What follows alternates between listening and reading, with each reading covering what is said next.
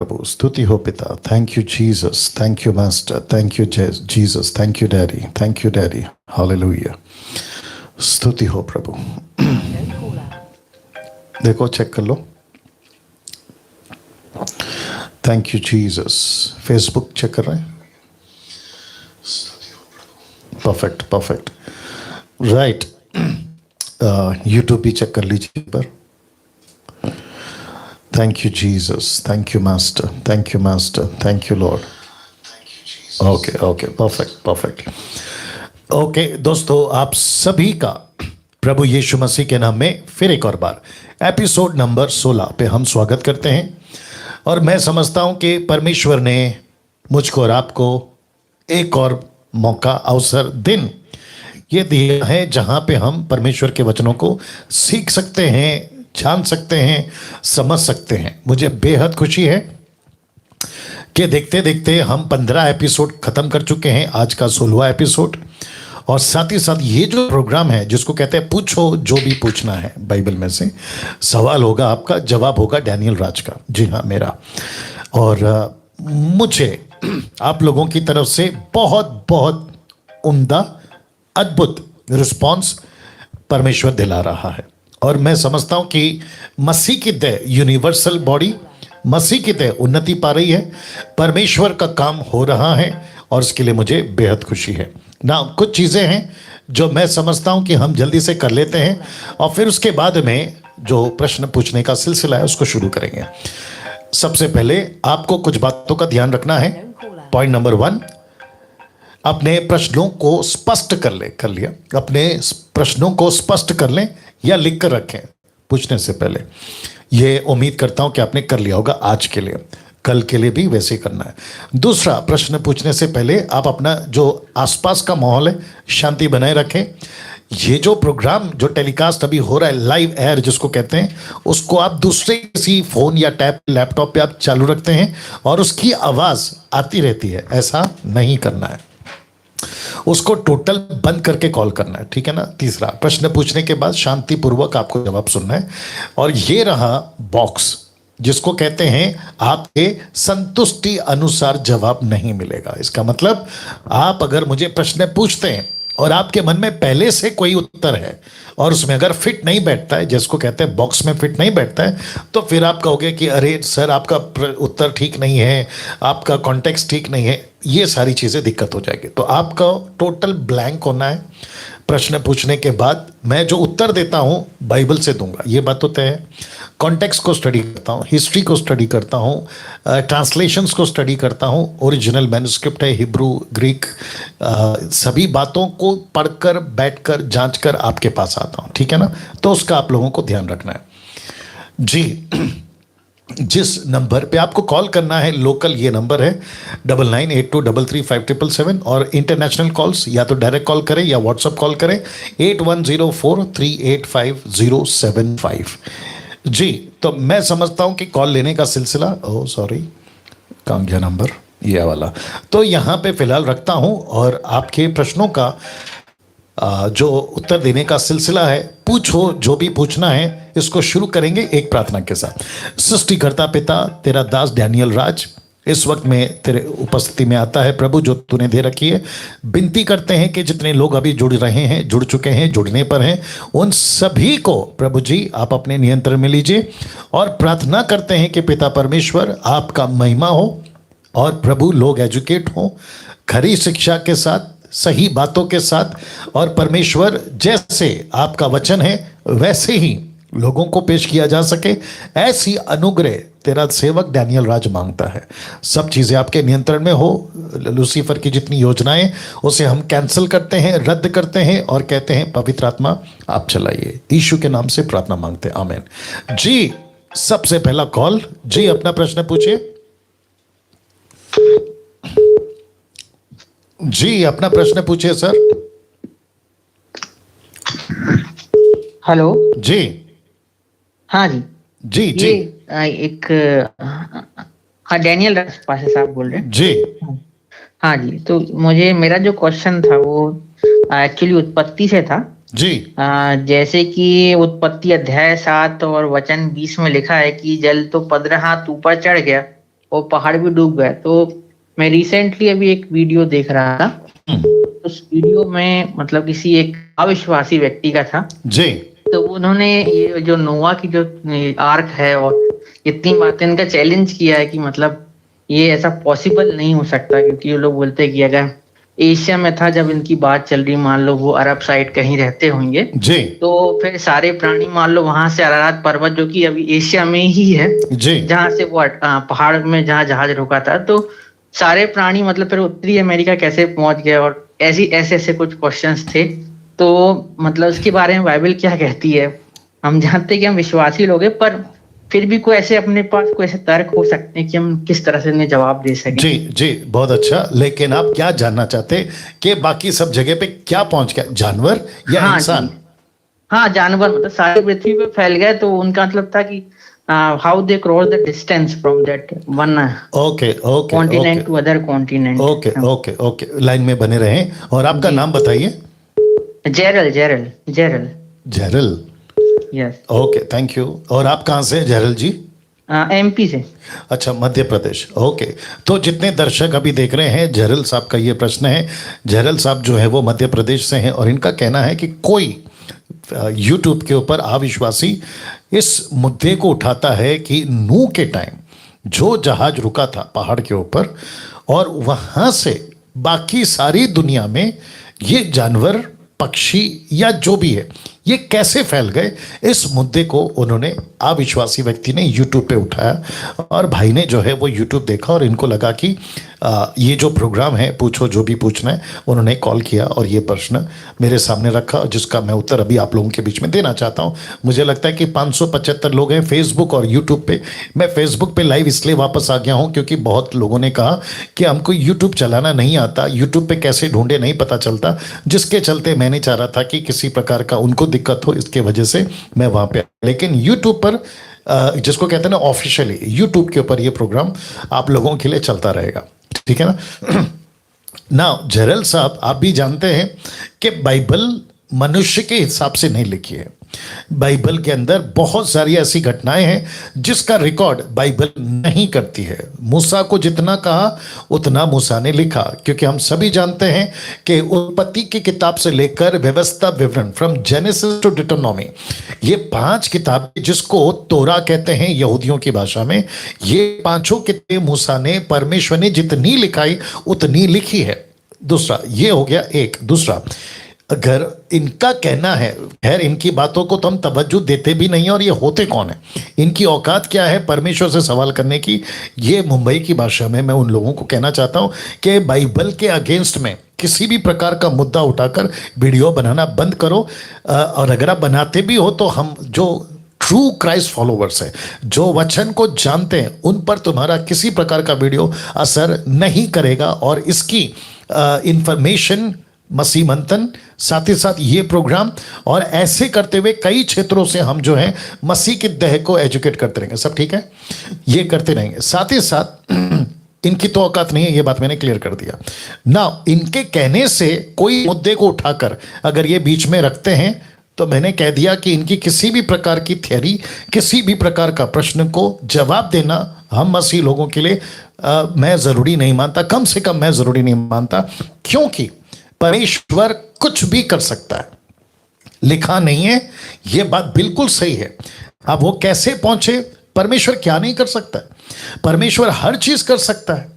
अगर ये भी पॉसिबल है कि उत्पत्ति की 11वें अध्याय में जहां पे टावर बन रहा था बेबीलोन का, वहां से मनुष्य को फैला दिया, लेकिन इसका मतलब ये थोड़ी है कि सिर्फ मनुष्य गए। ये भी तो हो सकता है कि वो 8वें अध्याय से 9वें अध्याय से लेकर 11वें अध्याय तक का वो जो युग पीरियड है या जो ईयर्स है, दरल साहब आप सुन रहे हैं ना? जी जी जी हाँ। हाँ, उत्पत्ति के 8वें 9वें अध्याय से लेके उत्पत्ति के 11वें अध्याय तक का जो पीरियड है, टाइम पीरियड है, वो कितना है, वो भी तो देखना होगा ना। उसमें कितने युग बीत गए, ये भी तो देखना होगा ना। उसमें कितनी संतानें, और सबका रिकॉर्ड है वहां पे कौन किसके बाद पैदा हुआ। तो क्या उसके दरमियान जानवर नहीं पनपे होंगे? क्या जानवरों की पॉपुलेशन, पक्षियों की पॉपुलेशन, जीव जंतुओं की पॉपुलेशन नहीं पनपी होगी? जरूर पनपी होगी। और देखिए, परमेश्वर अगर फैलाता है ऐसे कितने सारे जानवर अभी डिस्कवरी चैनल, नेशनल ज्योग्राफी में आपको पता चलता है कि हजारों मील ट्रैवल करके वो एक छोर से दूसरे छोर पे पहुंच जाते हैं। ये आपने कभी सुना सर, झरल साहब? हाँ जी, हाँ जी। पक्षी ट्रैवल करती हैं, जानवर ट्रैवल करते हैं, तो कौन सी बड़ी बात है सर? और उन दिनों में आसान था ना। एक्चुअली इसके सपोर्ट में एक एक ये भी पहले बता दिया कि सारे जब कॉन्टिनेंट सारे जुड़े हुए थे पहले, जो हमारे जो ज्योग्राफी में भी देखा गया है, जी। टोपोलॉजी में, जी। कि कॉन्टिनेंट पहले सारे जुड़े हुए थे और फिर जी। बाद में ये दूर होते गए। राइट। तो जैसा लिखा है अपने उत्पत्ति में लिखा है कि एक सिरे की ओर पानी इकट्ठा हो गया सृष्टि की रचना में, तो एक तरफ इकट्ठा हो गया और जो बड़ा भाग था उसे स्थल कहा गया, पृथ्वी कहा गया। मतलब इससे Right. भी हम ये समझ सकते हैं एक और इकट्ठा, मतलब पहले तो ऐसे कुछ नहीं हुआ, बीच बीच में टुकड़े हुए पानी भर गया होगा। Right. ये बाद में हुआ है। राइट। तो इससे भी अपन समझ सकते हैं। हम थोड़ा टाइम का थोड़ा सा वो ये था कि टाइम हम जज करना थोड़ा सा हमारे लिए अभी के प्रेजेंट जो जनरेशन है, जो साइंस की है, इसके अकॉर्डिंग बाइबल का टाइम करना बिल्कुल जज नहीं कर सकते। एग्जैक्टली। नाउ तो मैं उस हिसाब से भी अगर हम देखें तो उनको ये आंसर दे सकते हैं। बिल्कुल दे सकते हैं सर, बिल्कुल दे सकते हैं। और मैंने कहा ना कि इनको ये किसी भी मुद्दे पे सवाल उठाकर हमको क्यों क्वेश्चन करते, तो मैं तीसरे कॉन्सेप्ट पे आ रहा हूं या तीसरी जवाब दे रहा हूं। तीसरा एंगल ये है, देखिए किसी एक घटना को उठाकर क्या ये साबित कर सकते हैं नूह के टाइम के जानवर यहाँ कैसे पहुंचे, वहां कैसे पहुंचे, इसलिए ये फेक है, ये कोई सच्ची घटना नहीं है। तो फिर बाकी का क्या? जरल साहब आप सुन रहे हैं ना? बाकी का क्या फिर? तो एक आधार पे किसी एक चीज की घटना को अगर ये कहते हैं कि ये तो मिसमैच है, तो क्या बाकी पूरी चीज को भी गलत ठहरा सकते हैं? सर वो एक था और ये उत्पत्ति में लिखा था, उत्पत्ति 6 और 4 नहीं, वहां पे बाद में जाएंगे जरल साहब। हाँ। वहां पे बाद में जाएंगे। मैं क्या कह रहा हूं, क्या किसी एक घटना को इनके हिसाब से, हमारे हिसाब से नहीं, इनके हिसाब से एक घटना को उठाकर बाकी पूरी बाइबल की बातों को हम गलत साबित कर सकते हैं क्या? मैं ये कह रहा हूं। नहीं, बिल्कुल नहीं। एग्जैक्टली, मैं भी तो वही कह रहा हूं। अगर मूसा की घटना मैच नहीं कर रही है, क्या कहते हैं, नूह की बातें मैच नहीं कर रही है, आखिरी किताब व्यवस्था विवरण का आखिरी चैप्टर किसने लिखा मैच नहीं कर रही है, तो इसका मतलब क्या पूरी की पूरी कहानी गड़बड़ है? नहीं, ऐसा तो नहीं हो सकता। ये तो विश्वास की बात है। एग्जैक्टली। नहीं, विश्वास की भी बात है जरल साहब। और साथ ही साथ में देखो, जितनी भी बाइबल की हिस्ट्री है या घटनाएं हैं, कहानियां हैं, वो सब साइंटिफिकली और साथ ही साथ में हिस्ट्री इस बात को पुख्ता करता है कि चीजें वहां पे थी।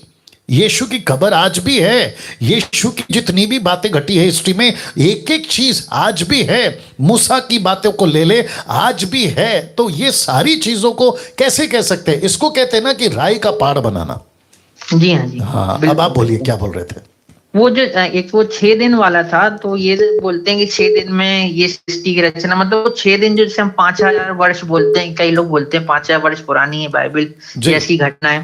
तो क्योंकि बहुत सारी स्टडी हुई कि हम नए नियम में पढ़ते हैं कि ये परमेश्वर के राज्य में जो एक दिन है वो 1000 वर्षों के बराबर है। राइट। तो मतलब लोग ये सोचते हैं कि जो एक दिन है वो मतलब जैसा आज का एक दिन है वैसा ही, पर शायद वैसा नहीं है। बहुत सारे बाइबल स्कॉलर्स कहते हैं कि आप क्या सोचते हैं इस बारे में?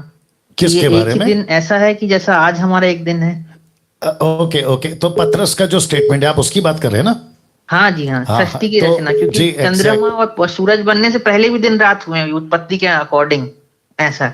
ओके, तो आप ये कह रहे हैं कि सृष्टि बनने से पहले भी दिन और रात रहा है या सूरज और चांद रहा है? हाँ, क्योंकि जब पहले दिन जब हुआ, क्योंकि उत्पत्ति में लिखा पहले दिन उजियाला को देखा और अच्छा लगा। ओके, ये पूछ रहे सूर्य की ज्योतियां बाद में बनाई गई, तो वो इस दिन से रिलेटेड नहीं हो सकते। ओके, अभी समझा। मेरे साथ लाइन में बने रहे ना। कुछ वीडियो मेरे पास में भी पहुंची थी कि जब तक सूरज नहीं है दिन कैसे आ सकता है, जब तक चांद नहीं है रात कैसे आ सकती है। मेरा कहना है सूरज और चांद का कॉन्सेप्ट आपको कब पता चला? जब परमेश्वर ने बनाया। जब सूरज और चांद थे नहीं, परमेश्वर तब से कह रहा है कि ये दिन है ये रात है। तो आपका सूरज अगर नहीं निकलता है तो क्या दिन नहीं गिना जाएगा? परमेश्वर कहता है न्यू टेस्टमेंट में मत्ती के 24 अध्याय में, सूरज जो है वो चला जाएगा, चांद भी चला जाएगा, तब क्या सिस्टम होगा? तो क्या दिन रात नहीं रहेगा? देखिए जरल साहब आप भी सुनिएगा और जितने दर्शक है वो भी सुनिएगा। हम चीजों को जो लिखा है, जो घटित है, उसको गिन रहे हैं, उसको एनालाइज कर रहे हैं, उसको कैलकुलेट कर रहे हैं कि ये है तो ये होगा, ये है तो ये होगा। एग्जाम्पल के तौर पे आज की जो कैलेंडर है उसमें 12 महीने हैं, लेकिन जूइश के कैलेंडर के हिसाब से 12 महीने काउंट नहीं होते। है। आपका जो यहूदियों का कैलेंडर उस वक्त का बेबीलोन के टाइम पे, मिस्र के टाइम पे, वो कैलेंडर आज के कैलेंडर से मैच नहीं होता है, नंबर वन। दूसरा, यीशु को पीटर पूछता है कि इजराइल को राज्य कब फेरेगा, तो यीशु वहां पर एक शब्द बोलते हैं, मैं चाहता हूं उसको पढ़ेंगे, प्रेरितों की किताब उसका पहला अध्याय। जहरल साहब लाइन में बने रहे, मैं इसको कनेक्ट कर रहा हूं, उत्पत्ति की बातों को मैं कनेक्ट कर रहा हूं, ठीक है। जी जी। पहला अध्याय वचन 3 दीजिए मुझे, या ओके ओके, वचन 6 से पढ़ते हैं। प्रेरितों की किताब पहला अध्याय वचन 6 से लिखा है, अंत उन्होंने इकट्ठे होकर उससे पूछा, किससे? यीशु से। इसने चेलों ने, हे प्रभु, क्या तू इसी समय इजराइल को राज्य फेर देगा? उसने उनसे कहा, वचन 7 में, उन समयों या कालों को जानना जिनको पिता ने अपने ही अधिकार में रखा है तुम्हारा काम नहीं। अब यहां पे समयों और कालों का जिक्र है। इंग्लिश निकालो, एक्स 1:7 मेरे साथ में बने रहें। और जितने फेसबुक पे हैं वॉच पार्टी शेयर करना जारी रखें, और जितने यूट्यूब पर हैं आप लोग भी जितना प्रमोट कर सकते हैं करिएगा। And he said unto them, it is not for you to know the times of the seasons. तो लिखा है टाइम्स और द सीजन्स, इसका मतलब है यहां पे सीजन्स का जिक्र है। नाउ जरल साहब, हमारी जो घड़ी है ना उसमें 3 कांटे हैं, एक है आवर्स का, दूसरा है मिनट का, और तीसरा है सेकंड्स का। हम इसके हिसाब से टाइम लगाते हैं ना। हाँ जी। लेकिन परमेश्वर के पास में ये 3 कांटा नहीं है ना सर। परमेश्वर के पास में सीजन चलता है, परमेश्वर के पास में काल चलता है। तो प्रभु कहता है कि उन समयों और कालों को जानना, सीजन्स, टाइम्स एंड सीजन्स को जानना तुम्हारा काम नहीं। तो मैं वापस कहता हूं, फर्स्ट डे पहला वचन कहता है पृथ्वी पे अंधेरा था, परमेश्वर का आत्मा पानी पे मंडलाता था। फिर कहता है उजाला हो, तो उजाला हो गया। क्या परमेश्वर, जरल साहब मैं आपको पूछ रहा हूं, क्या बिना सूरज के परमेश्वर उजाला नहीं बना सकता? बिल्कुल उजाला हो सकता है, जैसे हाँ। मैं भी तो वही कह रहा हूँ, सूरज की जरूरत नहीं उजाले के लिए। एग्जैक्टली, मैं भी तो वही कह रहा हूं कि परमेश्वर को अगर दिन कहना है, उजाला बनाना है, परमेश्वर सूरज का मोहताज नहीं है ना।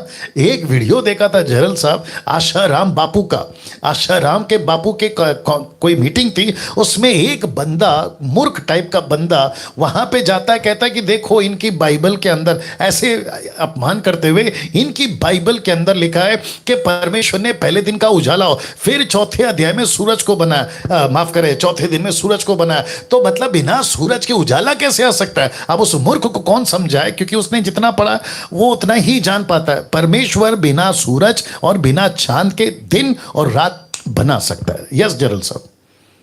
हाँ बस सर यही जानना था। मतलब हमको और थोड़ा आप- सा आंसर करने में क्या होता है, जी, कि एक बार जी, कोई बिल्कुल। पूछ लेता है तो प्रॉब्लम होती है। जी, तो बिल्कुल। जिस तरह से मतलब आपने बताया, थोड़े बहुत आंसर हम भी दे पाते हैं, ऐसा नहीं Good, कि good, वजह good, थोड़ा good. पड़ा है। लेकिन जब बिल्कुल नहीं, वो लोग साइंटिफिकली पूछने लगते हैं तो फिर थोड़ा सा हमें भी थोड़ा सा और जानने की इच्छा होती है। अच्छी बात है, और जानना, देखते हैं। जी, जी, जी, बहुत जी, सारी थ्योरी आती रहती है, कोई प्रॉब्लम नहीं है। जी, अगर जी, कुछ जी। ना कुछ जोड़ता है तो और अच्छी बात है समझाने जी, के लिए। बिल्कुल बिल्कुल। और दूसरी चीज आपको बताता चलूं कि आज हम ढूंढ रहे हैं, आज हम ढूंढ रहे हैं ना चीजों को, आज हम ढूंढ रहे हैं, वो इसलिए ढूंढ रहे हैं क्योंकि अभी बहुत सारी चीजें सामने आ गई है। हमारे पास में साइंटिस्ट का कॉन्सेप्ट आ गया है, हमारे पास में गूगल आ गया है, विकीपीडिया आ गया है, यूट्यूब आ गया है, हमारे पास में ऐसे लोग आ गए, तब हमारा दिमाग चल रहा है। लेकिन उन दिनों में क्या चलता था? लोग क्या करते थे? विश्वास करते थे। और बाइबल क्या कहती है? धर्मी जन विश्वास से जीवित रहेगा, रोमियो 1:17। तो मुझको और आपको ये नहीं कहना है, मैं आपको नहीं कह रहा हूं, एक जनरल बात कह रहा हूं कि हर चीज के लिए प्रूफ मांगेंगे तो मैं समझता हूं कि मसीह समाज के लिए दिक्कत हो जाएगा, क्योंकि प्रूफ नहीं रखा है हर चीजों का। व्यवस्था विवरण आप जानते हो कि 29 जितना लिखा है उतना काफी है, बाकी चीजें परमेश्वर ने अपने रहस्य में रखी हैं। Right sir? जी जी। या अच्छा, आप, मुझे बहुत इंटरेस्टिंग लगे, आपका एज क्या है? एज मेरा है 28। अरे वाह, क्या बात है।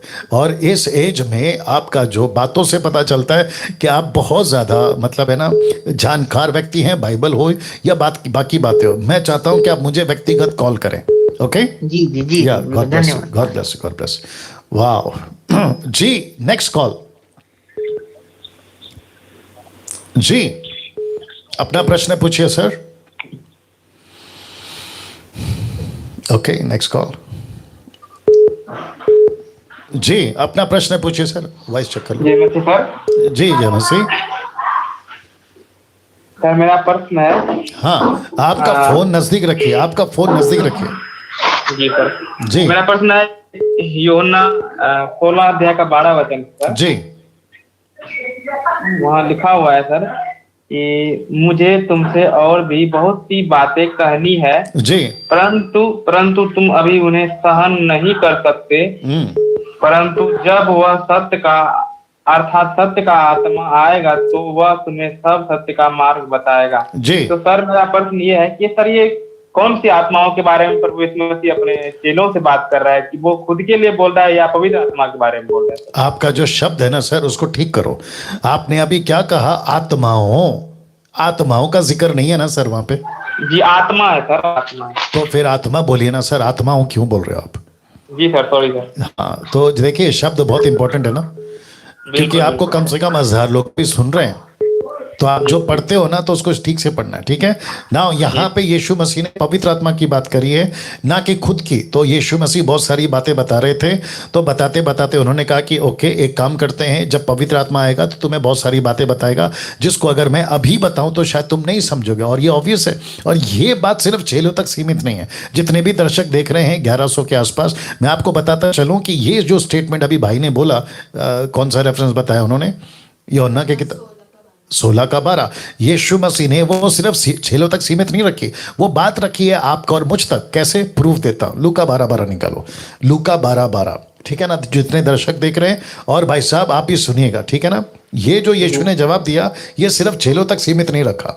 देखो क्या लिखा है, क्योंकि पवित्र आत्मा उसी घड़ी तुम्हें सिखा देगा कि क्या कहना चाहिए, लेकिन कब? तो वचन 11 कहता है, जब लोग तुम्हें सभाओं, हाकिमों, अधिकारियों के सामने ले जाएं, तो चिंता ना करना कि हम किस रीति से क्या उत्तर देंगे या क्या कहेंगे। तो फिर 12 कहता है, पवित्र आत्मा तुम्हें बताएगा। तो ये तब भी था चेलों के लिए, आज आपके लिए है, डैनियल राज के लिए, अभी जो मैं प्रोग्राम कर रहा हूं मेरे लिए है, और आगे भी यहां से 200 300 500 साल तक अगर यीशु नहीं आता है, क्योंकि सुसमाचार का काम बहुत सारे कंट्रीज में अभी भी बाकी है, डिसाइपलिंग करना बाकी है, राज्य की बातें बताना बाकी है, ये जब तक नहीं हो जाता है पवित्र आत्मा ऐसा ही बातें बताता रहेगा। राइट। तो मेरा कहने का मतलब कि सर मेरा पास्टर है यहाँ बता रहा था जी। कि वो खुद खुद के बारे में बोल रहा था, जब वो मतलब मुर्दों में से जीवित होगा 3 दिन के बाद, तो वो जब सारी बात बताएगा चेलों को कि हम मतलब सारी बात बताएगा, जो भी बात 40 दिन बताया था, 40 दिन उनके पास आ करके उनके बारे में बोल रहा था। ओके, तो उनका कहना ऐसा है कि पवित्र आत्मा नहीं आएगा, यीशु आएगा, वो ऐसा कह रहे थे? जी सर, मतलब ये अपने बारे में बता रहा है, ऐसा बोल रहा था कि अपने बारे में वो खुद जब जीवित होगा तो वो आएंगे ना, जो आत्मा वो आएंगे, वो जितनी बातें 40 दिन चेले लोगों को बताएगा, वो अपने बारे में बोल रहा है। ठीक है, ठीक है। तो मैं आपको बताता चलूं, जितने दर्शक देख रहे हैं वो भी बताता चलूं कि वो पास्टर के बारे में मैं नहीं जानता, और मैं जानना भी नहीं चाहता हूं कि उनका कॉन्सेप्ट क्या है। अगर वो वन गॉड वाले हैं तो दिक्कत है, लेकिन अगर ट्रायून गॉड वाले हैं, पिता पुत्र पवित्र आत्मा, तो उनको समझना चाहिए कि पिता का रोल अलग है, पवित्र पुत्र का रोल अलग है, पवित्र आत्मा का रोल अलग है। यीशु मसीह ने बिल्कुल स्पष्ट कहा, मैं जा रहा हूं और मैं उसको भेजूंगा। किसको? सत्य के आत्मा को, वो आएगा।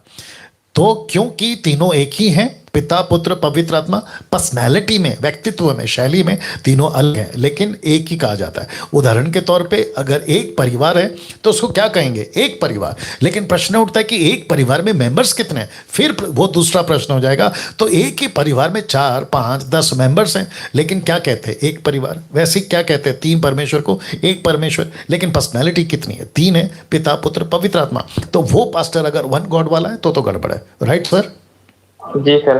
जी सर, तो मुझे इस वचन पर डाउट हुआ थोड़ा, सोचा सर मैं आपका प्रोग्राम बराबर देख रहे हैं, तो मुझे बहुत अच्छा लगता है प्रोग्राम, और आपके वचन भी बहुत आप खरी शिक्षा दे रहे हैं, मुझे बहुत अच्छा लगता है। और सभी भाई बहन जितने भी सुन रहे हैं, वो सब इस वचनों से जो आप प्रोग्राम रखे हैं, इनसे सभी सीख रहे हैं सर। राइट सर, हम भी सीख रहे हैं सर। थैंक तो यू। आपकी वचन ऐसा है सर कि क्या बताएं, हम 8 बजे से बैठ जाते हैं कि कब फोन लगेगा और हम आपके प्रोग्राम देखेंगे। थैंक यू भैया, थैंक यू भैया, थैंक यू, गॉड ब्लेस। और सर मेरा दूसरा सवाल था एक और। सर मेरा सवाल दूसरा था लूका जी, लूका 22 का 35 वचन से था। वहां पर सर लिखा हुआ है कि लूका 22 का कितना? लूका 22 का कितना? 35 सर। 35 22 35। जी जी सर। तो यहाँ लिखा हुआ है, उसने उनसे कहा, जब मैंने तुम्हें बिना बटुए, बिना थैली और बिना चप्पलों के भेजा था, तो क्या तुम्हें किसी बात की घटी हुई थी? उन्होंने कहा, नहीं, किसी वस्तु की नहीं। फिर वचन 36 बोल रहा है सर, उसने उनसे कहा, परंतु अब जिसके पास बटुए हो साथ लेकर जाए, उसी प्रकार झोला भी ले जाए, और जिसके पास तलवार नहीं, अपने वस्त्र को बेचकर एक मोल ले ले। सर मेरे कहने का मतलब सर, ये तलवार, ये बटुए सर अब क्यों बोल रहा है प्रभु यीशु मसीह? क्योंकि पहले वो जब भेजा था प्रचार करने के लिए, तो वो तो कुछ नहीं ऐसा बोला था सर। ओके तो सर मुझे यहाँ पर तो थोड़ा सा समझाना है। तो ये टोटल आपने जो पढ़ा ना 35 और 36, इसमें आपका प्रश्न क्या है? क्या यीशु मसीह ने कहा तलवार ले लो? ये क्यों कहा, ये पूछ रहे हैं? जी सर। ओके ना, लाइन पे बने रहे, मैं जवाब दे रहा हूं ना। वचन 35 के मुताबिक यीशु कहता है कि जब तुम्हें मैंने कहा था कि नहीं लेना, तो क्या तुम्हें कोई घटी हुई? कॉन्टेक्स्ट देखो, वचन 36 कहता है अब मैं कहता हूं कि ले लो, तो इसका मतलब क्या है? लिटरली मतलब प्रैक्टिकली तलवार नहीं खरीदना। जीसस की लाइफस्टाइल में कहीं पे भी तलवार नहीं है। आपको पूछ रहा हूं भाई साहब, यीशु के पूरे जीवन शैली में कहीं पे भी तलवार है? जी नहीं, बिल्कुल। तो सबसे पहला कॉन्सेप्ट क्लियर हो गया कि यीशु मसीह किसी प्रकार की हत्या या किसी प्रकार का हिंसा या किसी प्रकार का, क्या कहते हैं ना, लड़ाई झगड़े वाले व्यक्तित्व या शैली नहीं थी। ये बात सही है? जी सर। राइट। अब यहां पे कहता है तलवार ले लो। अब मैं वापस कहता हूं, जो शायद कल भी कहा था कि कुछ डायलॉग्स होते हैं। देखो, जो ट्रांसलेशन मेरे और आपके पास पहुंची है ना, वो ओरिजिनल ओरिजिनल मैन्युस्क्रिप्ट को पढ़कर ट्रांसलेट किया गया। अब तलवार है या उसको क्या कहते हैं, उस वक्त में क्या उसको कहा जाता था और क्यों कहा जाता था, ये सब उस वक्त का कल्चर, उस वक्त की बातें हैं जिसको लेकर चलना पड़ता है। लेकिन यीशु के जीवन शैली में कभी हत्या, झगड़ा, लड़ाई, तलवार नहीं मिलेगा। कैसे? जब पतरस ने सिपाही का कान काटा तो यीशु ने कहा अपनी तलवार अपने पास रख। अब इसका मतलब क्या है? यीशु चाहता तो तलवार से कान क्यों काटा? पतरस गर्दन काट देता, ये कह सकता था ना। लेकिन यीशु ने नहीं कहा, बल्कि उसके कान को उन्होंने वापस ठीक कर दिया। तो मैं समझता हूं कि उन दिनों में ऐसी कोई बातें होती होगी लोगों के पास। जैसे कि अभी मैं आपका एग्जांपल दे देता हूं, आज पंजाब का कल्चर में आप किसी भी व्यक्ति को देखो जो मैच्योर है, उसके बदन पे आपको तलवार लटकती हुई दिखेगी। तो इसका मतलब क्या है? इसका मतलब ये नहीं है ना कि वो हत्यारा है, ये उनका कल्चर है। वैसे उन दिनों में कुछ ऐसी बातें हुई होगी, लेकिन यीशु मसीह कभी तलवार लेकर घूमो ऐसा नहीं कहेगा। Right sir? जी सर। या ये बातें हैं। Okay okay sir. Yeah thank you, God bless. Next call. हमें क्या दिक्कत है आज? हेलो जी जी जय मसीह पास्टर जी। जी जय मसीह। पास्टर जी, मैंने आपसे प्रश्न पूछना था कि जैसे पवित्र आत्मा का वरदान। आपका नाम बताइए सर, आप कौन हैं, कहाँ से हैं? सॉरी पास्टर जी, मेरा नाम राजेंद्र पाल है जी। वापस बोलिए और आराम से बोलिए। हाँ जी पास्टर जी, मैंने ये पूछना था, जैसे बाइबल में पूरा सब कुछ परमेश्वर ने बता दिया है कि भविष्यवाणी का भी सारे वरदान भी बता दिए हैं। तो मैंने ये पूछना था कि पवित्र आत्मा का जो वरदान है, जैसे अन्य भाषा का और जैसे भविष्यवाणी का, जैसे चंगियाई का, क्या ये पवित्र आत्मा अभी हम लोगों को देता है या नहीं देता? जैसे चर्च में बोलते पास्टर लोग के या आपको अन्य भाषा का वरदान मिलेगा, आप जी करना, आप वो करना। ठीक है ठीक है ठीक है। आपका नाम फिर से बताइए। मेरा नाम राजेंद्र पाल है पास्टर जी। मैंने पहले भी फोन किया था, 2 बार ही लगा था। सर आपका नाम ठीक से बोलिए। राजेंद्र पाल, बस इतना ही बोलना है आपको। Thank you. ओके, जो भाई अभी कॉल किए हैं उनका नाम है राजेंद्र पाल, पंजाब से हैं ये। इनका प्रश्न ये है कि पवित्र आत्मा के बहुत सारे दान हैं, क्या ये दान अभी भी काम करते हैं? ये इनका कहना है। क्या ये पवित्र आत्मा अभी भी चंगाई का दान, फिर इन्होंने अन्य भाषा का जिक्र करा। अब सबसे ज़्यादा दिक्कत ये है कि अन्य भाषा मतलब कौन सी भाषा, ये फिर प्रश्न उठता है। कौन सा भाषा? जिसको हम सिखाते हैं, जिसको कहते हैं जिब्रिश, जो पेंटिकॉस्टल कैरिस्मेटिक में चलता है। लेकिन ये जो बाइबल सिखाती है ये है ग्लोसा। देखो, मिरेकल्स तब भी होते थे, अब भी होते हैं। प्रोफेसी तब भी होती थी, अब भी होती है। Faith of gift of faith अब तब भी है, अब भी है। लेकिन इन्होंने मेंशन करा अन्य भाषा। इनका पास्टर कहता है कि अन्य भाषा के बारे में ये करो वो करो, तुम्हें अन्य भाषा का दान मिलेगा। तो मेरा पहला कहना है, अन्य भाषा का कौन सा दान?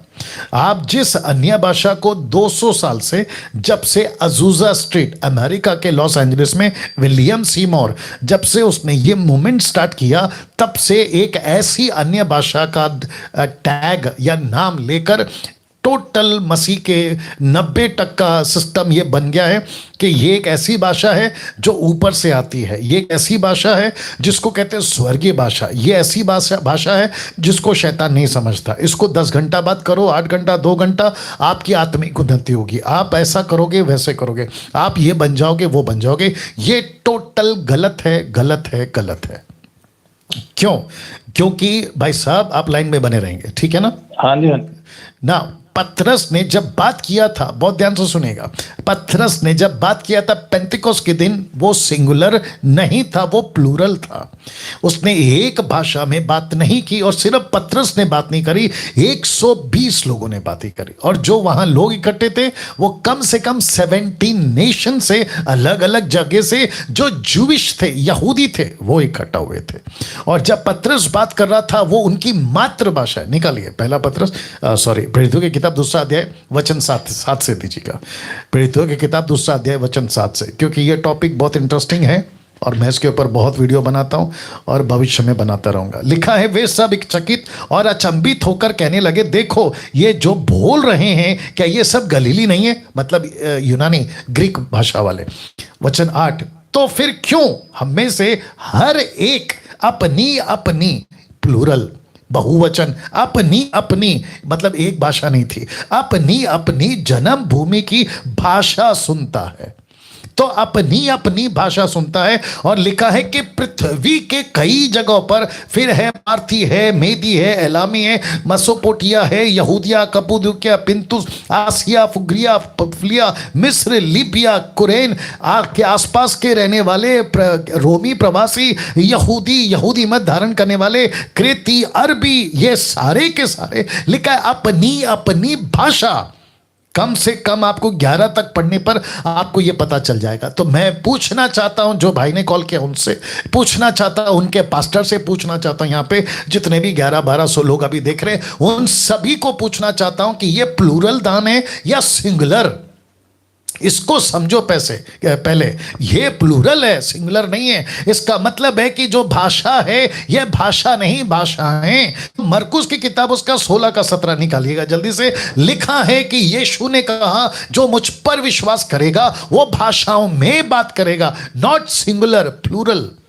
पतरस, माफ करे, पौलुस भी खुद कहता है, मैं कम से कम 10,000 शब्दों में बात करता हूं, भाषाओं के 10,000। Can you believe that? तो लिखा है, विश्वास करने वालों में ये चिन्ह होंगे, मेरे नाम से दुष्ट आत्मा निकालेंगे। और लिखा है नई नई भाषाएं लिखा है नई नई भाषाएं। इसका मतलब है प्लूरल, ये सिंगुलर नहीं है। तो जो भाई साहब आप मुझे पूछ रहे थे अभी, आपका नाम मैं फिर भूल गया हूं, रजिंदर पाल जी, रजिंदर पाल जी। भाषाओं का जिक्र है, भाषा का जिक्र नहीं है। तो इसका मतलब है कि आपका पास्टर जो है वो गलत हो गया। यहाँ पे वो कहता है भाषा मांगो, लेकिन यहाँ पे भाषा नहीं है ना सर, यहाँ तो भाषाओं का जिक्र है। सुनिए सुनिए, इसको कैसे समझे फिर? तो ये हो गया, एक लाइन में बने रहे, इसको कहते हैं भाषाएं, प्लूरल।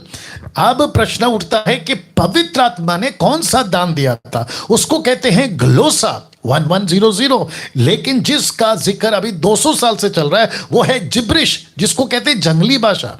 ये बाइबल के अंदर नहीं है, और जिसको नहीं लिखा है बाइबल के अंदर, उसको स्वीकार कैसे कर सकते हैं? जिस अन्य भाषा का जिक्र बाइबल में, उसको डैनियल राज स्वीकार करता है, लेकिन जो नहीं है उसको कैसे स्वीकार करे? आप यहोवा को गाय का बछड़ा बना सकते हैं क्या सर?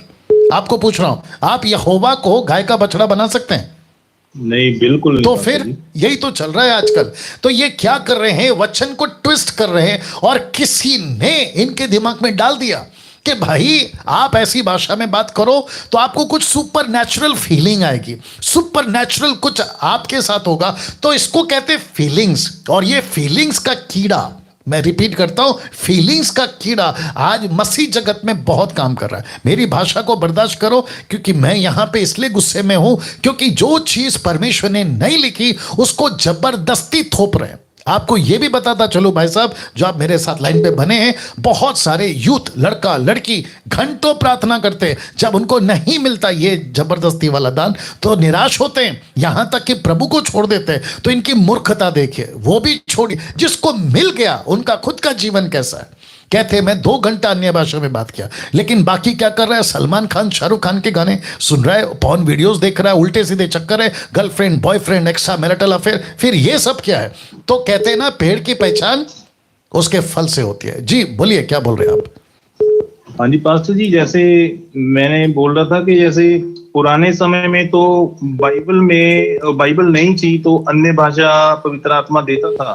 तो अभी तो बाइबल पूरे देशों में है, मतलब दुनिया की सबसे ज्यादा छपने वाली बाइबल है और पढ़ने वाले भी लोग बहुत हैं। तो अभी क्या पवित्र आत्मा अन्य भाषा का वरदान देता है? हाँ, अब आप ठीक से आए। अन्य भाषा पे आए। मैं थैंक यू कहता हूं आपको कि आप बात को समझ गए। जी नहीं, अभी नहीं देता।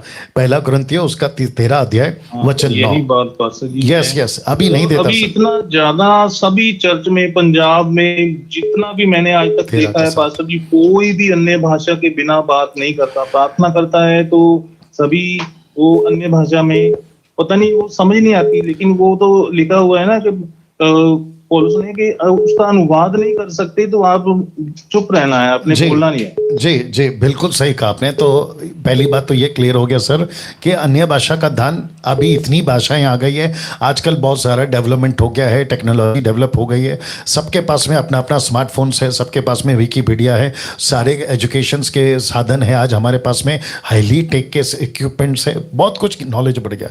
तो मैं जो वचन आपको पढ़वाने वाला था 1 कुरिन्थियों 13:8 लिखा है, प्रेम कभी नहीं टलता, भाषाएं हो तो जाती रहेंगी, क्षमा करें, भविष्यवाणियां हो तो समाप्त हो जाएंगी, भाषाएं हो तो जाती रहेंगी। इंग्लिश वर्ड कहता है the tongues will be cease का मतलब है रुक जाएगा।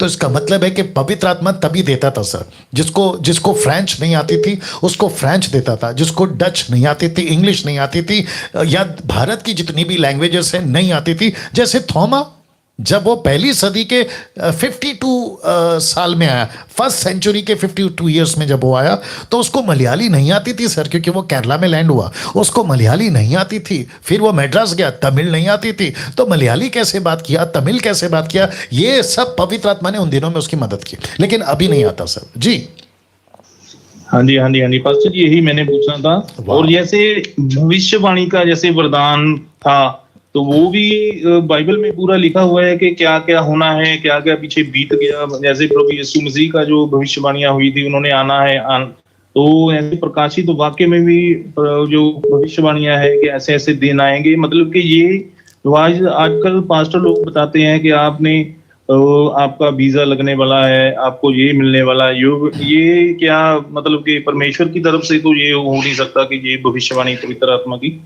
राइट, मैं इसका भी जवाब दे देता हूं। जिस भविष्यवाणी का जिक्र यहाँ पे हो रहा है 1 कुरिन्थियों 13:8 में लिखा है fourth telling, profit Greek word है फोर्थ टेलिंग, जिसका मतलब है कि उनके दिनों में, खास करके न्यू टेस्टमेंट में, पहली सदी के कलीसिया के पास में बाइबल नहीं थी, लेकिन उनको पवित्र आत्मा यीशु के वचन अलौकिक, जिसको कहते हैं ना सुपर नेचुरल तरीके से उनको मैसेजेस देता था। अभी मैं आपको कहूँ कि पीटर को प्रोफेसी, या जिसको कहते हैं ना प्रचार करना, किसने दिया? पवित्र आत्मा ने दिया।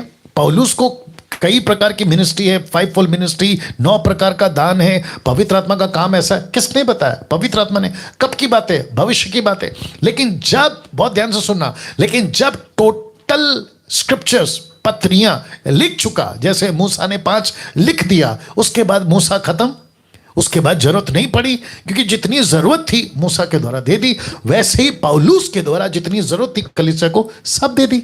अब उसके बाद में भविष्यवाणी, प्रॉफिटोस विल बी सीज, मतलब भविष्यवाणी कौन सी? जो अलौकिक आती थी, अपार्ट, तभी बाइबल नहीं थी इसलिए, तो वो देता था, लेकिन अब उसकी जरूरत नहीं है। लेकिन आपने कहा प्रकाशित वाक्य की प्रोफेसी अभी होना बाकी है, एंटी क्राइस्ट का प्रोफेसी अभी होना बाकी है, बहुत सारी भविष्यवाणियां जो हुई है जॉन के द्वारा वो होना बाकी है, वो सब होगी। लेकिन ये जो चिटुर पुटुर मैं कहूँगा, पंजाब के अंदर, बेंगलोर के अंदर, अफ्रीका के अंदर, ये जो कहते रहते हैं ना कि आपके गाड़ी का नंबर प्लेट ऐसा है, बिल्कुल सटीक होता है, आपका मोबाइल नंबर ऐसा है, बिल्कुल सटीक होता है, आपका डेट ऑफ बर्थ ऐसा है, बिल्कुल सटीक होता है। इसको कहते हैं, जो अभी है ये उसको कहते हैं, और फिर तुक्का लगाते हैं, या फिर लुसीफर या फिर शैतान की मदद से ये कहते हैं कि आपका वीजा लग जाएगा, और लगता है, और उसी के चक्कर में कहते हैं कि अरे बहुत बड़ा प्रभु का दास है, ग्रेट मैन ऑफ गॉड है, इसने जैसा कहा ये वैसा हो गया। तो क्या मसीह जीवन, मसीह यानी कि क्रिश्चियनिटी प्रोफेसी पे टिकेगी या वर्ड ऑफ गॉड पे टिकेगी? किसी के मिरेकल पे टिकेगी या वर्ड ऑफ गॉड पे टिकेगी? तो वचन पे टिकना है, प्रोफेसी पे नहीं, क्योंकि प्रोफेसी आज पूरी हो गई है। इसका मतलब ये नहीं है कि मसीह सही है। वचन से पक्का पता लगाओ, यीशु को ठीक से जानो, तब जाकर आप क्लेश में, सत्ताओं के टाइम पे मजबूती से खड़े रहोगे। इसलिए कहते हैं ना, दो प्रकार का घर है भाई, सब ध्यान से सुनना, एक है रेत का और दूसरा है चट्टान का। ये रेत वाले नहीं टिकेंगे। ये जो पॉपकॉर्न टाइप के मसीह लोग हैं ना आजकल, मिरेकल हो गया, यीशु महान है, कितने बॉलीवुड, कितने हॉलीवुड स्टार्स आते हैं क्योंकि कुछ अच्छा लगा, उनको अच्छा फील हो गया, यीशु की जय हो, प्रेज द लॉर्ड, हालेलुया। लेकिन कुछ ही दिनों के बाद में ये सब पुश हो जाते हैं। तो ऐसी मसीहत प्रभु को नहीं चाहिए, और ऐसी मसीहत किंगडम में नहीं चलती। Yes brother. जी जी पास्टर जी, बिल्कुल, मैंने आपसे जो पूछा था वो पूरा सटीक जवाब मेरे को मिला है। राइट। तो मैं आपका इतना थैंक्स करता हूँ पास्टर जी। जब से मैंने आपका ये पिछले लॉकडाउन में सुनना शुरू किया, तो मैं इतना आशीषित हुआ परमेश्वर की दया से। पास्टर जी आपका बहुत बहुत थैंक्स। और एक जवाब आप सवाल पूछना था पास्टर जी, एक और जी। जैसे इब्राहिम के पास 3 जने आए थे जी, तो यहोवा परमेश्वर उनको दिखाई दिए थे। जब भोजन के लिए आए थे वो। यस, उत्पत्ति के 18 अध्याय वचन 1 में। हाँ जी, वहां 3 पुरुष है और लिखा है कि परमेश्वर ने दर्शन दिया। मैं आपके लिए पढ़ देता हूं, दीजिए। जितने दर्शक है 1500 के ऊपर हैं, आप लोग भी बने रहे। लिखा है अध्याय 18 के 1 में, अब्राहम ममरे के बांज वृक्ष के बीच कड़ी धूप के समय तंबू के द्वार पर बैठा हुआ था, तब यहोवा ने दर्शन दिया। तो यहां पे लिखा है सर, यहोवा ने दर्शन दिया। और वचन 2 कहता है उसने आंख उठाकर दृष्टि की तो क्या देखा कि 3 पुरुष हैं। लिखा नहीं है कि 3 स्वर्गदूत हैं, लिखा है 3 पुरुष हैं। जी या राइट पास्टर जी। जैसे पुराने समय में तो कोई देख नहीं सकता था यहोवा परमेश्वर को, तो मैं ये मतलब कि उन्होंने कैसे ये देखा यहोवा परमेश्वर को? वापस कहता हूं, परमेश्वर जिसको चाहे, ये उसकी मर्जी है ना सर। अगर उसने अब्राहम को दर्शन दिया, ये उसकी मर्जी है। मूसा को जलती झाड़ी में उसने यीशु के रूप में जलती झाड़ी में दर्शन दिया, ये उसकी मर्जी है सर। और टैबरनैकल में परमेश्वर पिता, परमेश्वर पुत्र, परमेश्वर पवित्र आत्मा, ये तीनों भी टैबरनैकल के रूप में इजरायलियों के बीच में चले, ये उसकी मर्जी है। यीशु को कभी किसने देखा सर? नहीं देखा ओल्ड टेस्टमेंट में। लेकिन यीशु चट्टान बनकर 40 साल चला ना सर। ये कैसे हो गया फिर? तो परमेश्वर की मर्जी है, वो दिखाना चाहे। अब मूसा का स्टेटमेंट कहता है कि मैं तेरा चेहरा देखना चाहता हूं, तो वहां पर उसने जो कॉन्सेप्ट यूज किया कि तू मुझे देखेगा मर जाएगा, उसको उठाकर हर जगह फिक्स नहीं कर सकते सर। परमेश्वर को अगर आपको देखना है, माफ करना, परमेश्वर अगर आपको खुद को दिखाना चाहता है, उसको कोई नहीं रोक सकता सर। बिल्कुल ये बात तो सही है ना सर? सही बात है पास्टर जी आपकी। एक सवाल मेरा और था पास्टर जी, जी कि आप ना अपने जरिए से मैसेज देना, और वो ना 12-13 साल से प्रभु में हैं जी, लेकिन अभी वो बहुत ज्यादा नेगेटिव हो गए हैं। वो कभी कभी ड्रिंक भी कर लेते हैं, मसीह में हैं जी। तो वो बोले कि मेरे पास बरकत, पैसे की बरकत नहीं रहती है, या ऐसे है या वैसे, वो नेगेटिव सोच है उनकी। आज मेरे को मिले थे वो जी, कितने दिन बाद।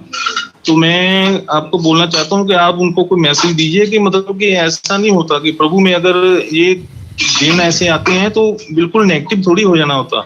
राइट। तो ठीक है। बोले कि मैं कभी कभी ड्रिंक कर लेता हूँ, तो मतलब 13-14 साल हो गए हैं प्रभु में, ऐसे थोड़ी होता है। Right sir.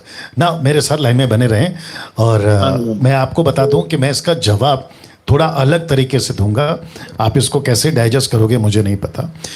एक स्टेटमेंट, इस प्रोग्राम के माध्यम से मैं सब मसीह जगत को देना चाहता हूं। सबसे पहली चीज, जिस दिन आप यीशु को अपना जीवन देते हो, बहुत ध्यान से सुनेगा, आप यीशु पे और यीशु के राज्य पे मेहरबानी नहीं करते, और ना ही आप बाइबल पढ़ के यीशु के पीछे चल के यीशु की कलीसिया में जाके यीशु की महिमा करके आप उसके ऊपर किसी भी एंगल से मेहरबानी नहीं करते, क्योंकि परमेश्वर किसी भी स्तुति आराधना के, किसी भी महिमा के, किसी भी तरीके के नाम के मोहताज नहीं है, क्योंकि परमेश्वर के पास में लाखों करोड़ों स्वर्गदूत हैं। दिन रात वो उसकी महिमा करते हैं, उसको अपनी महिमा की जरा भी चिंता नहीं।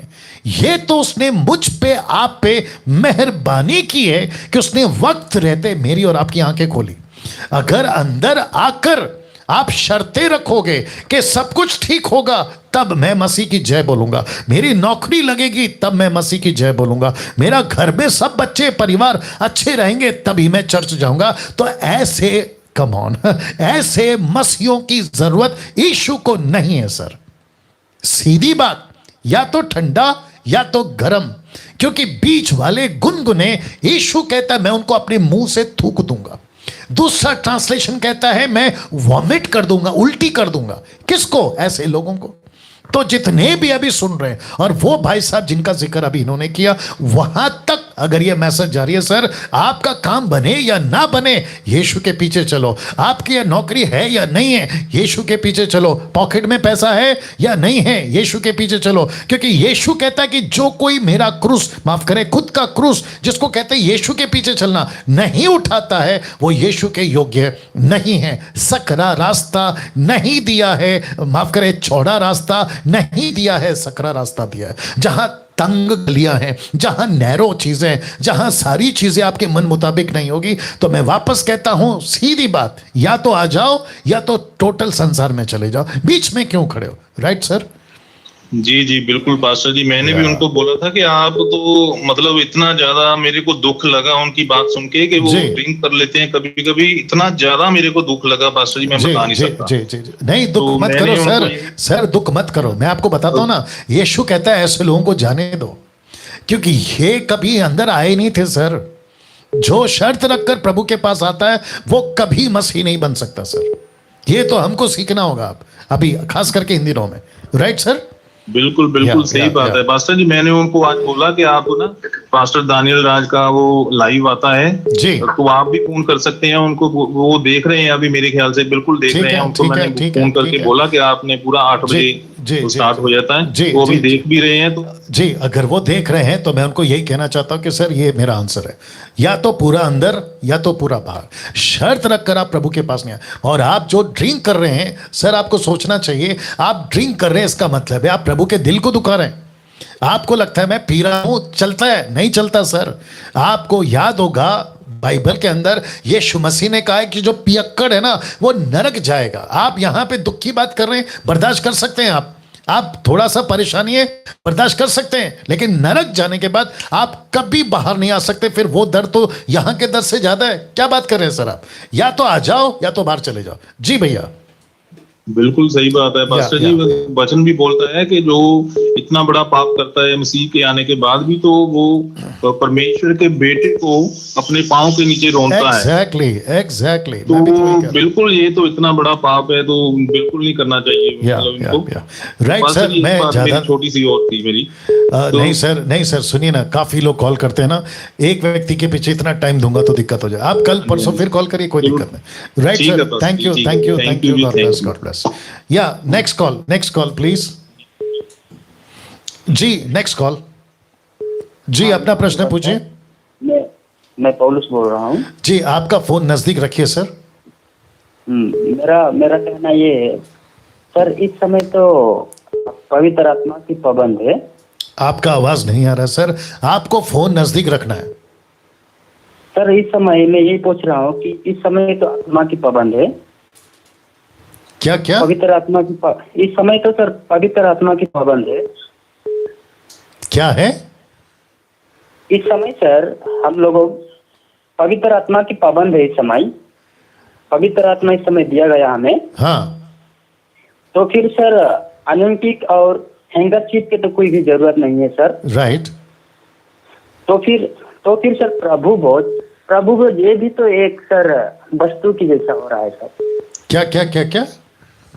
प्रभु भोज सर ये जी। भी तो एक रोटी, और जब हम लोग सर उसका लहू को लेते हैं तो ये भी सर एक चीज वस्तु की तरह हो रहा है सर। आपको किसने कहा? ये मुझे- आपको किसने मतलब कहा? कि मैं भी ठीक से नहीं जानता हूँ सर। क्या क्या? देखिए भैया, आप एक काम करो, आपका फोन से ठीक करो, आप दूसरा फोन से कॉल करिए, क्योंकि आपकी बातें ना तो पब्लिक समझ पा रही है ना मैं समझ पा रहा हूँ। Sorry, next call. जी, अपना प्रश्न पूछिए। जय मसीह की सर। जी, जय मसीह। महाराष्ट्र जालन्याहून बोलते सर। बोलिए सर माझी मराठी बोलू शकता का सर? बोलिए बोलिए, मराठी बोलिए। आपण जे टीचिंग करता ना सर, हाँ हे जे शिक्षण जे सांगता का त्याच्यातले काय वर्ड जे आहे का इंग्लिश मध्ये जे बोलता ना तुम्ही, हाँ त्याच्यातले काय शब्द आम्हाला काय मराठीमध्ये सांगायचा, कारण आम्ही ज्या टायमाला आम्ही दुसऱ्याला हे व्हिडिओ डाउनलोड केलेले ते दाखवतो का, त्याच्यातलं आम्हाला पण शिक्षण कमी असल्यामुळे त्याचं आम्हाला जास्त कळत नाही ना आम्हाला। ओके, हो सर। ठीक है ठीक है। और कुछ? और कुछ नहीं। अरे बाप रे। ओके, तो भाई साहब कहते हैं कि मैं कुछ चीज़ें इंग्लिश में बोलता हूँ, वो इसलिए बोलता हूँ क्योंकि मेरा पूरा प्रोग्राम हिंदी में है। कुछ कुछ शब्द मैं इंग्लिश में बोलता हूँ, लेकिन उसको हिंदी में अनुवाद भी तो करता हूँ। ऐसा नहीं है ना कि उसका अनुवाद नहीं करता हूँ। Anyway, next call. जी, अपना प्रश्न पूछे। कट करो कट करो कट करो कट करो। जी, अपना प्रश्न पूछे। प्रेज द लॉर्ड सर जी। जी, प्रेज द लॉर्ड। सर ये मेरा प्रश्न है मत्ती का 17 अध्याय। आपका फोन नजदीक रखिए सर, आपका फोन नजदीक रखिए। जी सर, मेरा सवाल है सर मत्ती का 17 अध्याय का सर 21 वचन। जी, 17 का 21। हाँ सर, उससे पहले जो वचन है सर, वो मिर्गी वाले लड़के को एक यीशु मसीह के पास लेके आते हैं। जी तो उनको चंगाई प्रभु देते हैं। जी, तो उनका चेले जो है वो बोलते हैं कि प्रभु हम क्यों नहीं निकाल पाए। राइट। तो प्रभु कहते हैं तुम्हारा विश्वास की गति के कारण।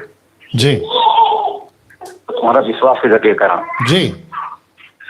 तो वहां पर क्या होता है सर, ये जो सब होने के बाद वो एक दूसरा वचन बोलता है कि प्रभु बोलते हैं कि मैं बिना प्रार्थना और उपवास के नहीं निकल रही। राइट। तो सर इसके बारे में थोड़ा बताइए सर।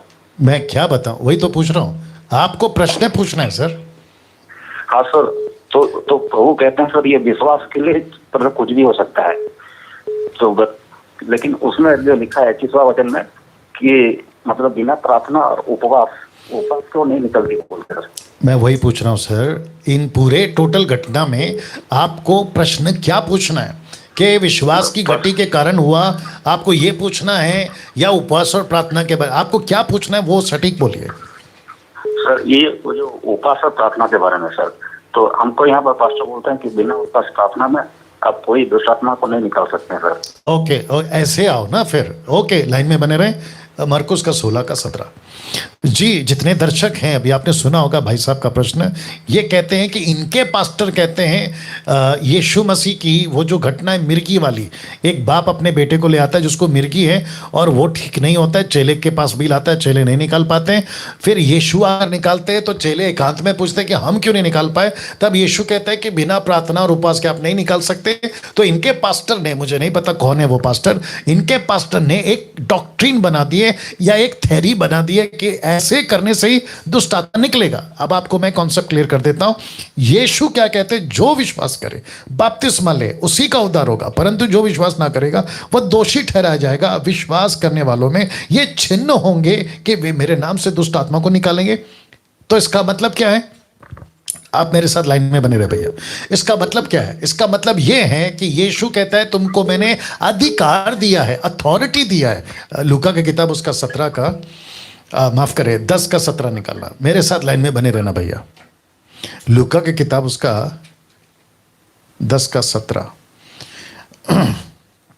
ओके, लिखा है वे 70 आनंद करते हुए लौट आए और कहने लगे, हे प्रभु तेरे नाम से दुष्ट आत्मा भी हमारे वश में। उसने उनसे कहा, मैं शैतान को बिजली के समान स्वर से गिरा हुआ देख रहा था। मैंने तुम्हें सांपों और बिच्छुओं को रौंदने का और शत्रु की सारी सामर्थ्य पर अधिकार दिया है।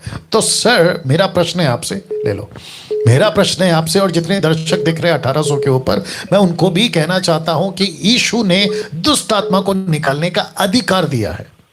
और यूहन्ना 14:12 में जो भाई ने प्रश्न पूछा था अभी कि जब पवित्र आत्मा आएगा तो तुम्हें सब बातें बताएगा जो तुम अभी नहीं समझते। तो अभी जो है ना सर, आप और मैं, हमको उपवास प्रार्थना करनी है, मैं उसके खिलाफ नहीं हूं, लेकिन दुष्ट आत्मा को निकालने के लिए आपके पास अधिकार है। आपको एक कॉन्सेप्ट समझाता हूं। आप लोग तैयार हैं सर? आप भी तैयार हैं सर? मरकुस के 5वें अध्याय में, निकालना जल्दी से, मरकुस का 5वां अध्याय वचन 1, बहुत ध्यान से सुनिएगा सर। मरकुस का 5वां अध्याय वचन 1, यहां पे लिखा है कि जैसे ही यीशु मसीह झील के किनारे पहुंचा तो वहां पर एक अशुद्ध आत्मा थी जिसके अंदर 6000 दुष्ट आत्मा था। लेकिन क्या कभी आपने इसी के 4थे अध्याय का आपने वो घटना पढ़ा है सर? एक सेकंड आपको बता देता हूं। ओके, एक ट्रांसलेशन में यीशु मसीह भीड़ को खाना खिलाकर आ रहे होते हैं, भीड़ को खाना खिलाकर आ रहे होते हैं, क्योंकि ये 3 घटनाओं पे रिकॉर्ड है। मत्ती का 8वां अध्याय, लूका का 8वां अध्याय, मरकुस का 5वां अध्याय। तो यीशु मसीह ने वहां पे दुष्ट आत्मा को निकालने से पहले उपवास क्यों नहीं किया? मैं आपको भी पूछूंगा, पब्लिक को भी पूछूंगा। तो उपवास और प्रार्थना का कॉन्सेप्ट अलग है, दुष्ट आत्मा को डांट कर निकालने का कॉन्सेप्ट अलग है। हम सबको अधिकार है, यहां तक कि एक दिन का विश्वासी भी दुष्ट आत्मा को निकाल सकता है सर। जी सर। या तो आप समझ गए सर अभी? जी जी जी जी, God bless, God bless. Okay, एक काम करते, कॉल लेने से पहले हमारा जो अनाउंसमेंट का टाइम है वो मैं आपको बता देता हूं। आज का अनाउंसमेंट को प्लीज ध्यान से सुनिएगा। जितने भी अभी लाइन में हैं, फेसबुक पे कितने हैं? अरे बाप रे 200 के ऊपर लोग आ गए फेसबुक में, वंडरफुल। एनीवे, और यूट्यूब पे तो शायद 1600 के ऊपर होंगे। या ठीक है, अनाउंसमेंट बहुत इंपॉर्टेंट है, ध्यान से सुनिएगा, क्योंकि मैं समझता हूं कि आपको ये सभी अनाउंसमेंट को ध्यान देना बहुत ज़रूरी है। MMB international WhatsApp groups start हो चुका है और इसका पहला ग्रुप, इंटरनेशनल ग्रुप मलेशिया का बन चुका है। और मलेशिया से जितने भी लोग अगर देख रहे हैं, मैं चाहता हूं कि इस बहन को आप फोन करें और मलेशिया से जितने लोग हैं इनको कॉल करके आप उस ग्रुप में ऐड हो जाएं। जो MMB इंटरनेशनल ग्रुप्स का एक ग्रुप है जिसको कहते हैं MMB मलेशिया ग्रुप, ऐसा नाम होगा वो। तो इस बहन को कॉल करें, आशा जी को, इनको कहें कि मैं मसीह हूं, अन्य भाषा में बात नहीं करता हूं, क्योंकि क्राइटेरिया, प्रोटोकॉल मसीह मंथन का सबसे पहला यह है कि हम किसी को भी लोगों को ऐड नहीं करते जो टंग्स में बात करते, जिसको कहते हैं जिब्रिश, उनको नहीं लेते। और जिसको कहते हैं कि पवित्र आत्मा से नीचे गिराना, उठा पटक करना, लेइंग हैंड्स, ये सारी चीज़ें और ज़बरदस्ती पैसा मांगना, ये सारे लोगों को हम इन्वॉल्व नहीं करते हैं, उनको स्वीकार नहीं करते। लेकिन उसके अलावा जिसका मिशन माइंड है, प्रभु के लिए चेला बनाना, कलीसियाओं की स्थापना करना, मिशन का काम करना, रीचिंग टू अनरीच पीपल, ऐसे मिशन वाले लोगों को जो प्रभु के लिए काम करना चाहते हैं, आपका स्वागत करता हूं, ठीक है ना? तो आप लोग कहीं से भी, किसी भी कंट्री से आप ग्रुप में हैं, आप आ सकते हैं। जब भी मलेशिया का ग्रुप स्टार्ट हो गया, तो अगर कोई इजराइल से देख रहा है तो MMB इजराइल ग्रुप, अगर आप अरब कंट्री से देख रहे हैं तो वहां से, जहां से आप अफ्रीका से, UK से, कनाडा से, कहीं से भी वो ग्रुप, और साथ ही साथ न्यूजीलैंड, ऑस्ट्रेलिया से भी काफ़ी लोग देखते हैं, क्या कहते हैं, नेपाल से, पाकिस्तान से, बांग्लादेश से। आप क्या कर सकते हैं, एक ग्रुप बनाकर, या जो भी आप लोग हैं बहन को कॉल करें तो इनके हिसाब से ग्रुप बनेगा जिसको कहते हैं इंटरनेशनल व्हाट्सएप ग्रुप, ताकि जब आप जुड़ जाएं तो बाकी जितने भी अपडेट्स हैं, टीचिंग्स हैं, आगे कैसे करना है, वहां तक कैसे पहुंचना है, उनको कैसे रीच आउट करना है, ये सारी इंफॉर्मेशन आपको वहां पर हम देते जाएंगे, आपको मिलती जाएगी। और आप लोग मुझे संपर्क करना चाहते हैं तो मेरा जो पर्सनल नंबर है आपको इसी ग्रुप में मिलेगा, पब्लिक नहीं दे सकता, इसी ग्रुप में मिलेगा, ठीक है ना? ये हो गया एक। तो जितने दर्शक देख रहे हैं बहुत ध्यान से सुनेगा ना। अब एक और स्लाइड मैंने ऐड किया है और इसको कहते हैं मसीह मंथन बैठक, मतलब MMB टीम। ये कौन सी टीम है? ये वो टीम है जो आपके सवालों का जवाब देगी। अब मैं आपको बताता हूं कि क्या हो रहा है। दरअसल जो टाइम हम देते हैं पूरे 1 घंटे का, एक दिन में 1 घंटा, उसके बाद बचते हैं 23 घंटे अदर कंट्रीज और इंडिया मिला के, क्योंकि जब यहाँ रात है तो वहाँ दिन है, वहाँ रात है तो यहाँ दिन है। तो जिसके चलते लोग क्या करते हैं, पास्टर डैनियल आपको जब कॉल करते हैं 777 पे तो आपका नंबर स्विच ऑफ आता है, लेकिन हमको कुछ पूछना है, कहाँ पे पूछे? तो मैंने एक टीम बनाई है टोटल 3 लोगों का। तो एक है पास्टर अजय दास सर, उनका ये नंबर है, दूसरा है ब्रदर नरेंद्र राव, ये उनका नंबर है, और तीसरा नंबर है ब्रदर राजेश स्टीफन, ये उनका नंबर है। तो आप क्या कर सकते हैं, इनको कॉल करके आप अपने अपने प्रश्नों का उत्तर पा सकते हैं। मैं ये नहीं कहूँगा कि ये टोटल क्या कहते हैं ना कि बाइबल कॉलेज जाकर आए हैं और वेल ट्रेंड हैं, ये एक्सपर्ट्स हैं, नहीं कहूँगा, लेकिन मैं इतना ज़रूर कहूँगा कि जो पवित्र आत्मा मुझे चला रहा है वही पवित्र आत्मा तीनों को चलाएगा। या क्योंकि पवित्र आत्मा एक्सपर्ट है, पवित्र आत्मा बाप है सबका, वो चलाएगा। तो तीनों को आप कॉल कर सकते हैं, मिशन माइंडेड हैं, मसीह मंथन के कोऑर्डिनेटर्स हैं, और साथ ही साथ रिस्पॉन्सिबल हैं, और ये वही जवाब देंगे जो बाइबल कहती है कॉन्टेक्स्ट के हिसाब, ठीक है ना। तो जिसके चलते ये 3 को मैंने टीम बनाया। मैं रिक्वेस्ट करता हूं कि आप लोग अगर मुझे कॉल करते नहीं मिलता हूं, आप प्लीज़ इनको कॉल करें और अपने अपने प्रश्नों का उत्तर आप इनसे पा सकते हैं। अदरवाइज मैं तो बैठा हूं, जब तक आपके प्रश्न खत्म नहीं होंगे मैं ये प्रोग्राम चलाता रहूँ। अब इंटरेस्टिंग स्लाइड, या और मुझे ये बताने में बेहद खुशी हो रही है। आप पहले फोटो देख लीजिए। आप देख सकते हैं कि बाइबल्स हैं, और फिर आप देख सकते हैं कि एक व्यक्ति है जो आपके घर पर पैकेट ला रहा है या पार्सल ला रहा है। तो लिखा है एक एक बाइबल फ्री हम आपको देंगे। कांटेक्ट करना है ब्रदर नरेंद्र राव को, और उनका ये नंबर है। तो ब्रदर नरेंद्र राव एमपी से हैं, मध्य प्रदेश से, कभी जबलपुर तो कभी भोपाल। ये यहां से अपनी गाड़ी में कम से कम 100 Bible, new testament, old testament, मैंने इनको कह दिया है, और साथ ही साथ में पैकेट, जिसको कोरियर का पैकेट कहते हैं, उसके साथ ये अपनी गाड़ी में रख चुके हैं। और जैसे ही आप कॉल करोगे, आपको एड्रेस देना है कि मैं यहाँ से हूँ, मैं अलाना हूँ, मैं फलाना हूँ, मैं अभी मसीह को जाना हूँ, लेकिन मेरे पास में ऐसी बाइबल नहीं है, ऐसी बाइबल नहीं है, वो चाहे न्यू टेस्टमेंट हो या ओल्ड टेस्टमेंट हो। तो आप इनको कॉल करेंगे, ये आपको फ्री बाइबल देंगे। रजिस्ट्री, माफ करें, कोरियर पैकेट का भी पैसा आपको नहीं देना, ये देंगे, नरेंद्र राव देंगे। नरेंद्र राव मतलब मसीह मंथन देगा, ठीक है ना। तो ऐसे करके आप तक हम बाइबल पहुंचाएंगे, क्योंकि मुझे काफ़ी लोग कहते हैं कि पास्टर जी आपके वीडियो से हमने यीशु को जाना है। कई मेरे हिंदू भाई, मुस्लिम भाई कहते हैं आपके वीडियो से हमने यीशु को जाना है, लेकिन मेरे पास में बाइबल नहीं है, पुस्तक बाइबल नहीं है, उसका क्या करें। तो मैं नहीं पहुंचा पा रहा हूं, लेकिन प्रभु का अनुग्रह है कि अब आप तक बाइबल आ जाएगी, ऐसी बाइबल। तो आपको करना क्या है, इस नंबर पे आप इसको अभी नोट कर लीजिए, जिसके पास बाइबल नहीं है उन तक आप नोट कर लीजिए। दूसरा, आप ओके पास्टर डैनियल, मैं एक पास्टर हूं, मैं सेवा करता हूं, मुझे कम से कम 100 बाइबल चाहिए या 50 बाइबल चाहिए। तो उसके लिए नरेंद्र साहब आपको मदद करेंगे, लेकिन वो 100-200 बाइबल, 50 बाइबल फ्री नहीं होगी, आपको कुछ कीमत देनी होगी, क्योंकि एक एक बाइबल हम अफोर्ड कर सकते हैं देने के लिए, लेकिन 100-100, 50-50 नहीं कर पाएंगे, ठीक है ना।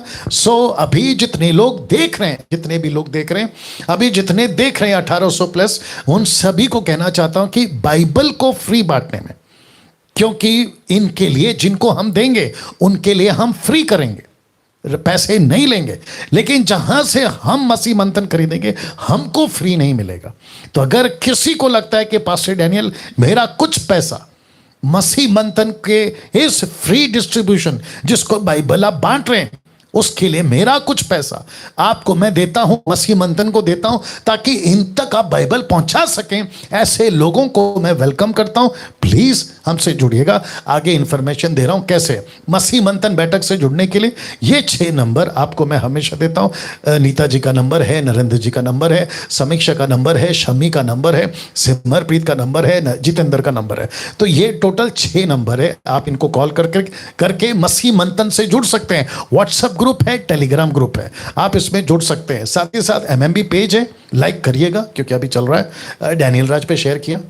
ओके, साथ ही साथ एमएमबी ऐप है, एप्पल ऐप, iOS, और साथ ही साथ एंड्रॉयड, उस पर भी आप लोग डाउनलोड कर सकते हैं, फ्री है, आपको उसके अंदर भी बहुत सारी इंफॉर्मेशन मिल जाएगी। साथ ही साथ मसीह मंथन वेबसाइट, आप लोग प्लीज उसको विजिट करें, इसमें भी इंफॉर्मेशन है। और उसके बाद मेरा जो चैनल है डैनियल राज यूट्यूब चैनल, रिक्वेस्ट करता हूं कि प्लीज़ सब्सक्राइब करो, आइकन बेल दबाओ, और साथ ही साथ दूसरों तक भी रिकमेंड करो कि एक अच्छी टीचिंग वाला ये चैनल है, आप लोग इसको सब्सक्राइब करिए। साथ ही साथ इस वचन के मुताबिक मैं आपको बताते आ रहा हूं, अब 2-3 चीज़ ऐड हो गई। एक है पैकेट्स को हम डिस्ट्रीब्यूट कर रहे हैं, जो लॉकडाउन के चलते कई मसीह फैमिलियों के पास में राशन नहीं है, 2000 का पैकेट भेज रहे हैं। उसके बाद मिशनरीज को तैयार कर रहे हैं कई तादाद में, उनको 10,000 पर मंथ हम दे रहे हैं मसीह मंथन। अब बाइबल फ्री डिस्ट्रीब्यूशन आ गया, उसके लिए इन सब के लिए पैसा लगता है। अगर किसी को आना है आगे, आप प्लीज इस बहन को कॉल करें, सुमन वैद को कॉल करें, ये उनका नंबर है। इस नंबर पे प्रार्थना निवेदन, बाइबल क्वेश्चन किसी प्रकार का नहीं करना है, नहीं तो ये लड़की आपको नंबर ब्लॉक कर देगी। आपको सिर्फ और सिर्फ पैसे के लिए आपको कॉल करना है। उसके बाद ये मेरा नंबर, कोई पास्टर है, आपको दिक्कत है, आप वॉइस मैसेज दें या किसी प्रकार का, मैं आपको कॉल बैक करूंगा। ऐसे कितने लोगों को अभी हम कर चुके हैं, ठीक है। और याद रखो, बल्क में अगर कोई कॉल करता है, मेरे पास में 30 फैमिली है, आप हमको 60,000 भेजो, नहीं भेज सकते। एक परिवार को व्यक्तिगत पैकेट मिलता है, ऐसे मिला के। अब नहीं जानते ना कौन कैसा है, 30-40 हजार लेकर चला गया, तो हम क्या कर सकते हैं। और आप जानते हैं कि मसीहत में भी बहुत सारे लोग यहूदा इस्करियोत है, किस किस को पहचाने, तो इसका भी ध्यान रखिएगा। साथ ही साथ इस संडे को मैं इस टॉपिक पे प्रचार कर रहा हूं, लिखा है शैतान का लक्ष्य 2 तरह के अनमोल जीवन को नाश करना, ब्रैकेट माफ करें, नीचे लिखा है कैसे, क्वेश्चन मार्क। तो कैसे ये नाश करेगा, ये 2 अनमोल जीवन कौन कौन से, मैं आपको बताऊंगा इसी महीने के, जिसको कहते हैं 13 जून, इस रविवार को, मतलब जो 13 जून का रविवार है, ये प्रचार होगा। फेसबुक और यूट्यूब पे लाइव चलेगा 7:30 बजे। ओके, तो ये सारी जानकारी आपको मैं बता चुका हूं, लेकिन इसके लिए आज मैं यहीं पे रखूंगा, नेक्स्ट कॉल लूंगा। कौन सा वाला, ये वाला। जी, अपना प्रश्न पूछिए। जी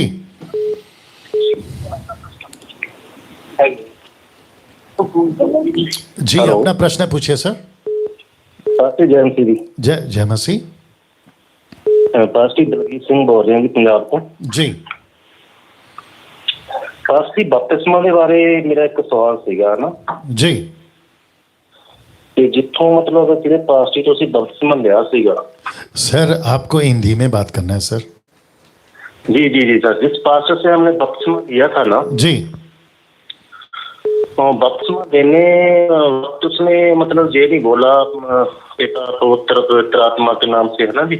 जी उसने सिर्फ ये बोला कि आपके साथ कोई जबरदस्ती तो नहीं है, ओके, इतना मतलब कह के उसने पानी में हमें डुबो दिया था। ठीक है।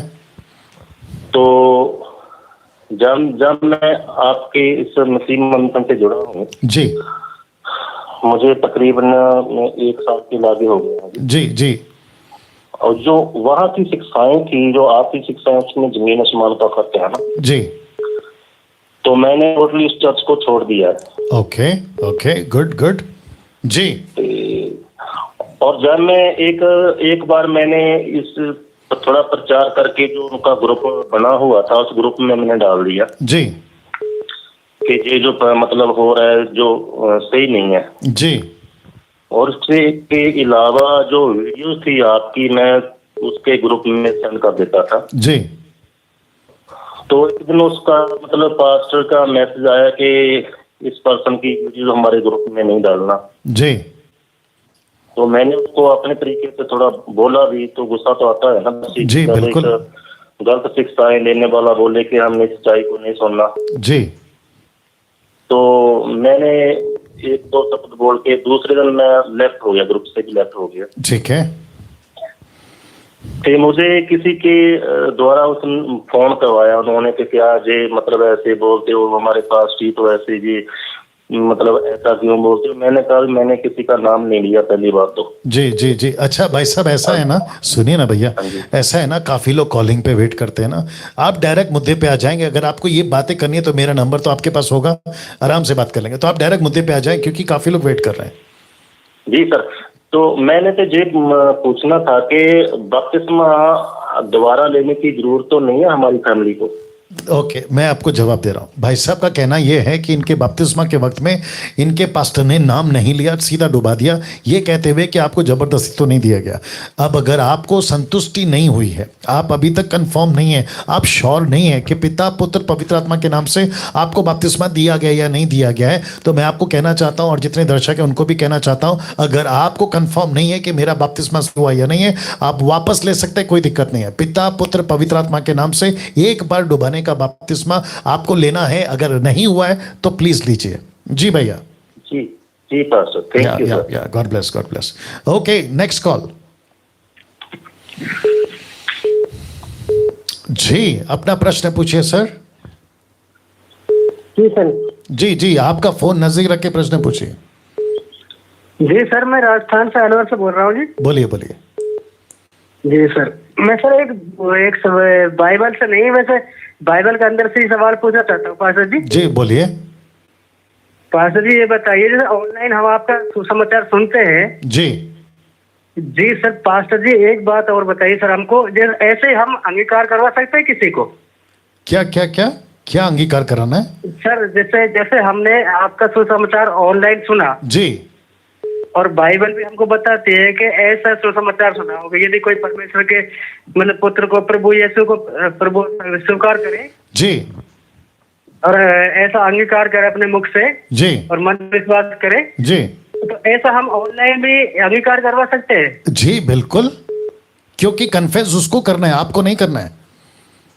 बिल्कुल पास्टर जी। वचन तो यही कहता है ना सर, रोमियो 10:9 में। सर जी जी बहुत दिन हो गए सर जी, बहुत दिन से कॉल लगा रहे हैं ना। हाँ जी, बहुत दिन से आपका नंबर लगा सर। सर ऐसा ना, एक थोड़ा ना क्वेश्चन जो भी कोई मसीह भाई बहन ने भी कोई बात करे ना, तो शॉर्ट में लिया करो सर।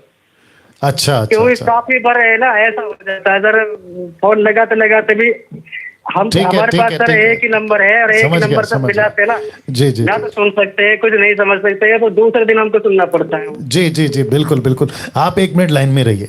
नाउ भाई ने कहा कि आप जो लेते हो ना क्वेश्चन, उसको शॉर्ट में लिया करो और शॉर्ट में जवाब दिया करो। तो मैं आपको बता दूं, मैं पहला ये प्रोग्राम कर चुका हूं और वो प्रोग्राम का नाम है आस्क डैनियल राज।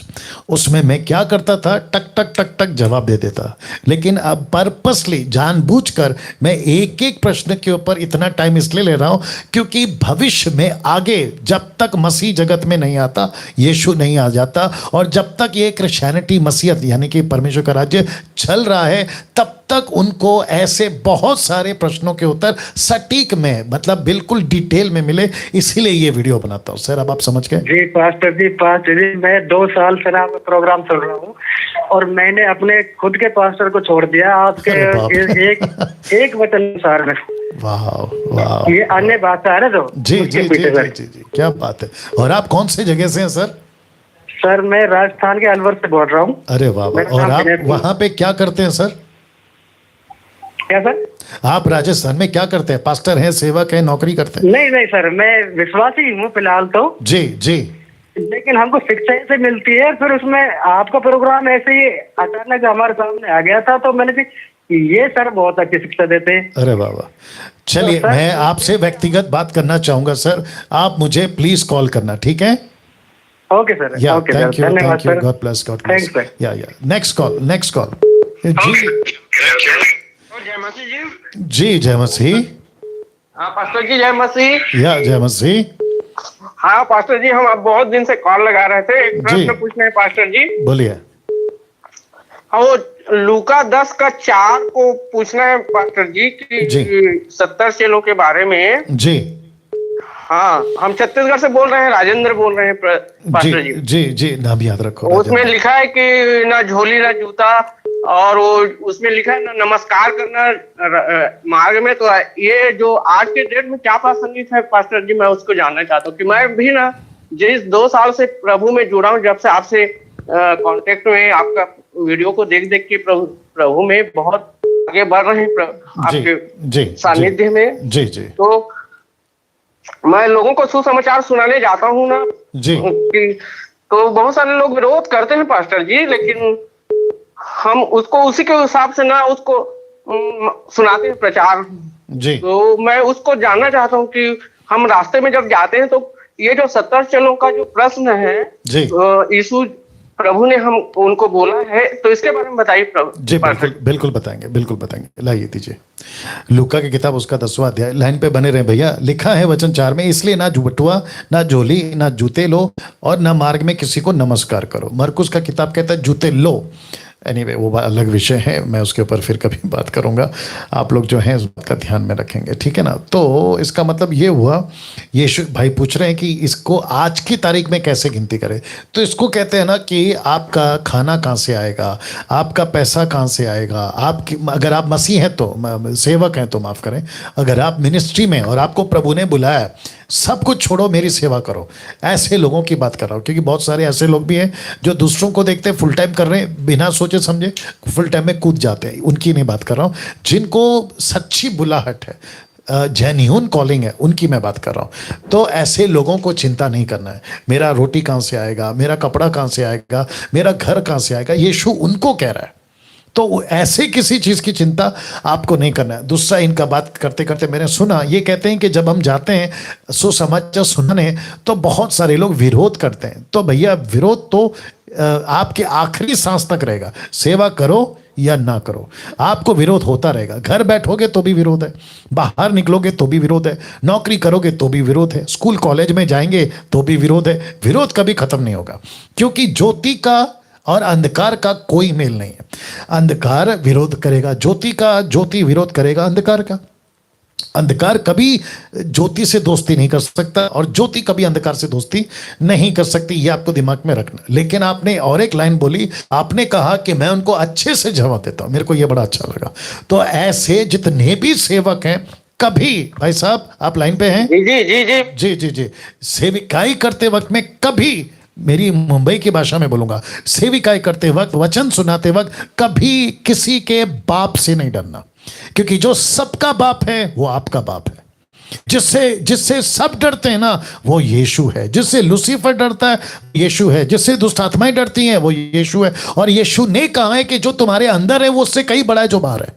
तो आपको किसी से नहीं डरना। एक दूसरा, सर नीचे नहीं करना है। प्रचार करते वक्त में आपका सर नीचे कभी नहीं होना चाहिए। डंके की चोट पे प्रचार करो भाई साहब। अगर सामने वाला अनिल, सुनील, राकेश, मुकेश, अनीता, सुनीता, कविता, सलमान, सलीम, ऐसा कोई भी व्यक्ति होगा कहता है कि हम तुम्हारे यीशु को नहीं मानेंगे, तो उनको नमस्ते करके दूसरे को पकड़ो, सर आगे बढ़ जाओ। लेकिन किसी भी के डरना नहीं है। और जान चली जाए, मैं वापस कह रहा हूं, जान तक चली जाए विश्वास योग्य रहना। Right sir? जी जी जी पास्टर जी, एक और प्रश्न है पास्टर जी। जी बोलिए। मेरा एक दूसरा प्रश्न था कि मैं आज जो सुसमाचार सुना रहा हूँ वो ठीक है, तो आपने इसका भी मुझे जवाब मिल गया इस जवाब से जी। क्योंकि मैंने एक बार जब सुना था पास्टर जी, तो आपने बोला था बिना पवित्र आत्मा की अगुवाई के आप सुसमाचार भी नहीं सुनाएंगे। तो मेरे को लगता है कि मैं अपने दिल से बोल रहा हूँ कि मुझे पवित्र आत्मा अगुवाई कर रहा है शायद, इसलिए मैं लोगों के बीच में जाके सुसमाचार सुना पा रहा हूँ। जी जी बिल्कुल सही कहा आपने, आपको पवित्र आत्मा अगुवाई कर रहा है सर। तो मेरा सुसमाचार सुनाना जायज है प्रभु का? बिल्कुल बिल्कुल जायज है, बिल्कुल जायज है। हाँ, मैं छत्तीसगढ़ से बोल रहा हूँ प्रभु जी। मैं आपके मसीह मंथन से ना जुड़ना चाहता हूँ और यहाँ छत्तीसगढ़ में ना आपका जो झंडा है खरी वचन का, ना उसको मैं आगे बढ़ाना चाहता हूँ प्रभु के लिए पास्टर जी। तो इसके लिए मुझे आपकी हेल्प की जरूरत है। बिल्कुल बिल्कुल, एडमिन के द्वारा आप मुझे संपर्क जरूर करें। जो 6 नंबर देता हूँ ना मैं, उसके माध्यम से आप मुझे संपर्क करें। Thank you sir, thank you sir. Okay, मैं समझता हूँ कि नेक्स्ट कॉल क्या है, सब ठीक है? ओके, इंटरनेशनल कॉल, एक इंटरनेशनल कॉल आ गया, ले लेते। जी प्रश्न पूछिए सर। जय मसीह की पास जी, जय मसीह, नजदीक करो। जय मसीह। मेरा नाम नवनीत है और मैं इंग्लैंड से बात कर रहा हूँ। अरे वाह वाह, इंग्लैंड से, क्या बात है सर, बोलिए सर। सर बस मैंने यही बोलना था कि आपका जो प्रोग्राम है वो हम यूके में भी बहुत पॉपुलर है एट द मोमेंट। वाह जी, बहुत सारे लोग जो हैं वो प्रोग्राम देखते हैं। वाह वंडरफुल जी। और मेरा पास ही सवाल ये था जी कि ऐसे जो मैं क्योंकि बेसिकली पंजाब से हूँ जी जी जी, तो मेरा सवाल ये था कि जब पंजाब में जो कलीसिया में लोग जाते हैं जी, वो पास्टर के जाके पाँव को हाथ लगाते हैं जी, और उनसे आशीर्वाद लेते हैं जी। और मेरे को ये कंफ्यूजन थी कि पास्टर बी आप अपने आत्मिक पिता जो उनके हैं दूसरे कंट्रियों में उनके, वो भी उनको ऐसे ही ट्रीट करते हैं, वो भी ऐसे ही उनके पाँव में हाथ लगाते हैं और बोलते हैं कि हम आपके पैर को चूमना चाहते हैं, और ये शिक्षा भी वो अपने कलीसिया के लोगों को भी देते हैं। तो मेरा ये सवाल था कि क्या तक ये सही है? ओके सर, आपका नाम फिर से बताइए सर। नवनीत जी, लाइन पे बने रहे सर। जितने भी भारत में और विदेश में, और नवनीत जो है वो इंग्लैंड से बात कर रहे हैं, और इनका प्रश्न ये है कि किसी सेवक के पैर को छूना, फिर वो सेवक अदर कंट्रीज में, अफ्रीका अमेरिका में, उसका जो बड़ा होगा जिसको वो अपना स्पिरिचुअल फादर बुलाता है, वो उसके पैर छूता है या चूमता है, जो भी करता है, क्या ये बिब्लिकली राइट है? तो सीधी बात, straight forward, crystal clear statement, total गलत है सर। नहीं कर सकते। सबसे पहली बात, स्पिरिचुअल फादर का कॉन्सेप्ट न्यू टेस्टमेंट में नहीं है। एलीशा ने एलिया को पिता बुलाया, ये वहां से उठा लिया। पौलुस ने कहा कि सुसमाचार के चलते मैं तुम्हारा पिता, ये कॉन्सेप्ट वहां से उठा लिया। लेकिन यीशु कहता है मत्ती 23 में कि पृथ्वी पे किसी को पिता मत बुलाओ। अब आप देखिए, तो एलीशा ने एलिया को बुलाया, तब ये नहीं था ना मत्ती 23 अध्याय, लेकिन अभी है। और पौलुस ने जो स्टेटमेंट दिया वो कॉन्टेक्स्ट अलग है, कॉन्सेप्ट अलग है, उसको उठाकर, और फिर कहता हूं एक स्क्रिप्चर से डॉक्ट्रिन नहीं बनती, सपोर्टिव स्क्रिप्चर चाहिए 2 से 3। अगर किसी डॉक्ट्रिन को कंफर्म करना है, पुख्ता करना है, आपको उसको लागू करना है। तो पास्टर के पैर छूना टोटल गलत है। क्यों? मैं आपको बताता हूं। क्या कहते हैं, प्रकाशित वाक्य पहला अध्याय वचन आई थिंक 17 जी दीजिए। प्रकाशित वाक्य 17, या मेरे साथ बने रहें जितने दर्शक हैं। ओके, लिखा है, जब मैं उसे देखा तो उसके पैरों पर मुर्दा सा गिर पड़ा। कौन? यीशु को जब जॉन ने देखा, योना ने, तो लिखा है कि जब मैंने उसे देखा तो उसके पैरों पर मुर्दा सा गिर पड़ा। उसने मुझसे अपना दाहिना हाथ रखकर कहा, मत डर, मैं प्रथम, अंतिम और जीविता हूं। प्रकाशित वाक्य 19 निकाल के देना। मैंने बहुत पहले पढ़ा था, आई गेस मुझे मिल जाए। यही योना है जो स्वर्गदूत के सामने जब पैरों पे गिरा तो स्वर्गदूत ने उसको रोका। आई थिंक, एक सेकंड दीजिए मुझे। ओके,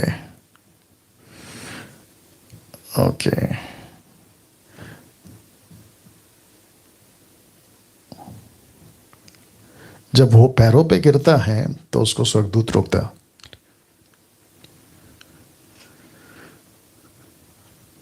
हाँ, मिल गया। प्रकाशित वाक्य 19 का 10 लिखा है, तब मैं उसको दंडवत करने के लिए उसके पांव पर गिर पड़ा। उसने मुझसे कहा, देख, ऐसा मत कर। नाम भूल गया मैं। नवनीत जी, आप लाइन पे हैं? हाँ जी सर, हाँ जी। अब आप देखिए, यहां पे 2 रेफरेंस दिया मैंने। एक है प्रकाशित वाक्य 17, यूहन्ना यीशु के पैर पे गिरता है उसको दंडवत करने के लिए। दंडवत का मतलब है प्रोस्कुनियो, वर्शिप करना। वही चीज यूहन्ना स्वर्गदूत के सामने करता है 19 के 10 में। तो स्वर्गदूत उसको रोकता है, कहता है ऐसा मत कर, मैं तेरा और तेरे भाइयों का संगी दास हूं जो यीशु की गवाही देने पर स्थिर है। परमेश्वर ही को दंडवत कर। और यीशु की गवाही, क्योंकि यीशु की गवाही भविष्यवाणी की आत्मा है, परमेश्वर को ही दंडवत करना है सर, किसी मनुष्य को दंडवत नहीं करना है जी। हेलो, हाँ जी सर जी, आप समझ गए सर। किसी व्यक्ति को वर्शिप नहीं करना है, किसी व्यक्ति के पैर के पास नहीं गिरना है जी। बोलिए सर। सर, ये मैंने ये सवाल इसलिए पूछा है कि मेरे को 100% यकीन है कि आपने भी ये वाला पोस्ट जो है 2-3 दिन पहले देखा होगा कि एक अफ्रीका के बहुत बड़े, मैं नाम नहीं लूंगा, कि जी दास वो पास अवे हो गए हैं जी, और उनके कोई आत्मिक सन है पंजाब में, उन्होंने अपने व्हाट्सएप की स्क्रीनशॉट शेयर की है अपनी लाखों की कलीसिया के साथ, और स्क्रीनशॉट में लिखा हुआ है, मैं अपने पापा से बात कर रहा हूँ नाइजीरिया में, और उसमें लिखा हुआ है, मैं चाहता हूं कि मैं कब आऊं नाइजीरिया और आपके पैरों को चूमूं। अरे बाप रे, ओह, ये पब्लिक में है सर, ये फेसबुक में है। मेरे को लगता है 2-3 लाख लोगों ने देखा हुआ है। अरे ये बहुत गलत है सर, बहुत गलत है, क्योंकि आप इतने कलीसिया के बड़े कलीसिया को चला रहे हो और आप फेसबुक पे ये शो कर रहे हो, व्हाट्सएप के स्क्रीनशॉट के देखो मैं अपने आत्मिक पिता से बात कर रहा था और पूछ रहा था कि कब मैं आऊंगा और आपके पांव को चूमूंगा। या बहुत गलत है सर, बहुत गलत है। और इस बात को सुनकर मुझे भी दुख है कि लोग इस तरीके से जा रहे हैं। अब आप सोचिए, वो लाखों लोगों के लिए ये एक व्यक्ति पंजाब वाला ठोकर का कारण बन जाएगा। बिल्कुल सही है जी। और लाखों लोगों का ठोकर का कारण का हिसाब कौन देगा? वो एक आदमी। और जो मर गया है, आप भी नाम जानते हैं, मैं भी जानता हूं सर, लेकिन हम पब्लिक में नहीं बोल रहे हैं, लेकिन समझदार को इशारा कर है। वो व्यक्ति जो मर गया है ना सर, उसकी कम से कम 2 से 3 दर्जन प्रोफेसीज कैंसिल हो गई है सर। और व्यवस्था विवरण 18 अध्याय वचन 20 से आगे कहता है, अगर किसी की प्रोफेसी गलत हो तो वो मार डाला जाए। तो उसकी बहुत सारी मिनिस्ट्री में फेक है।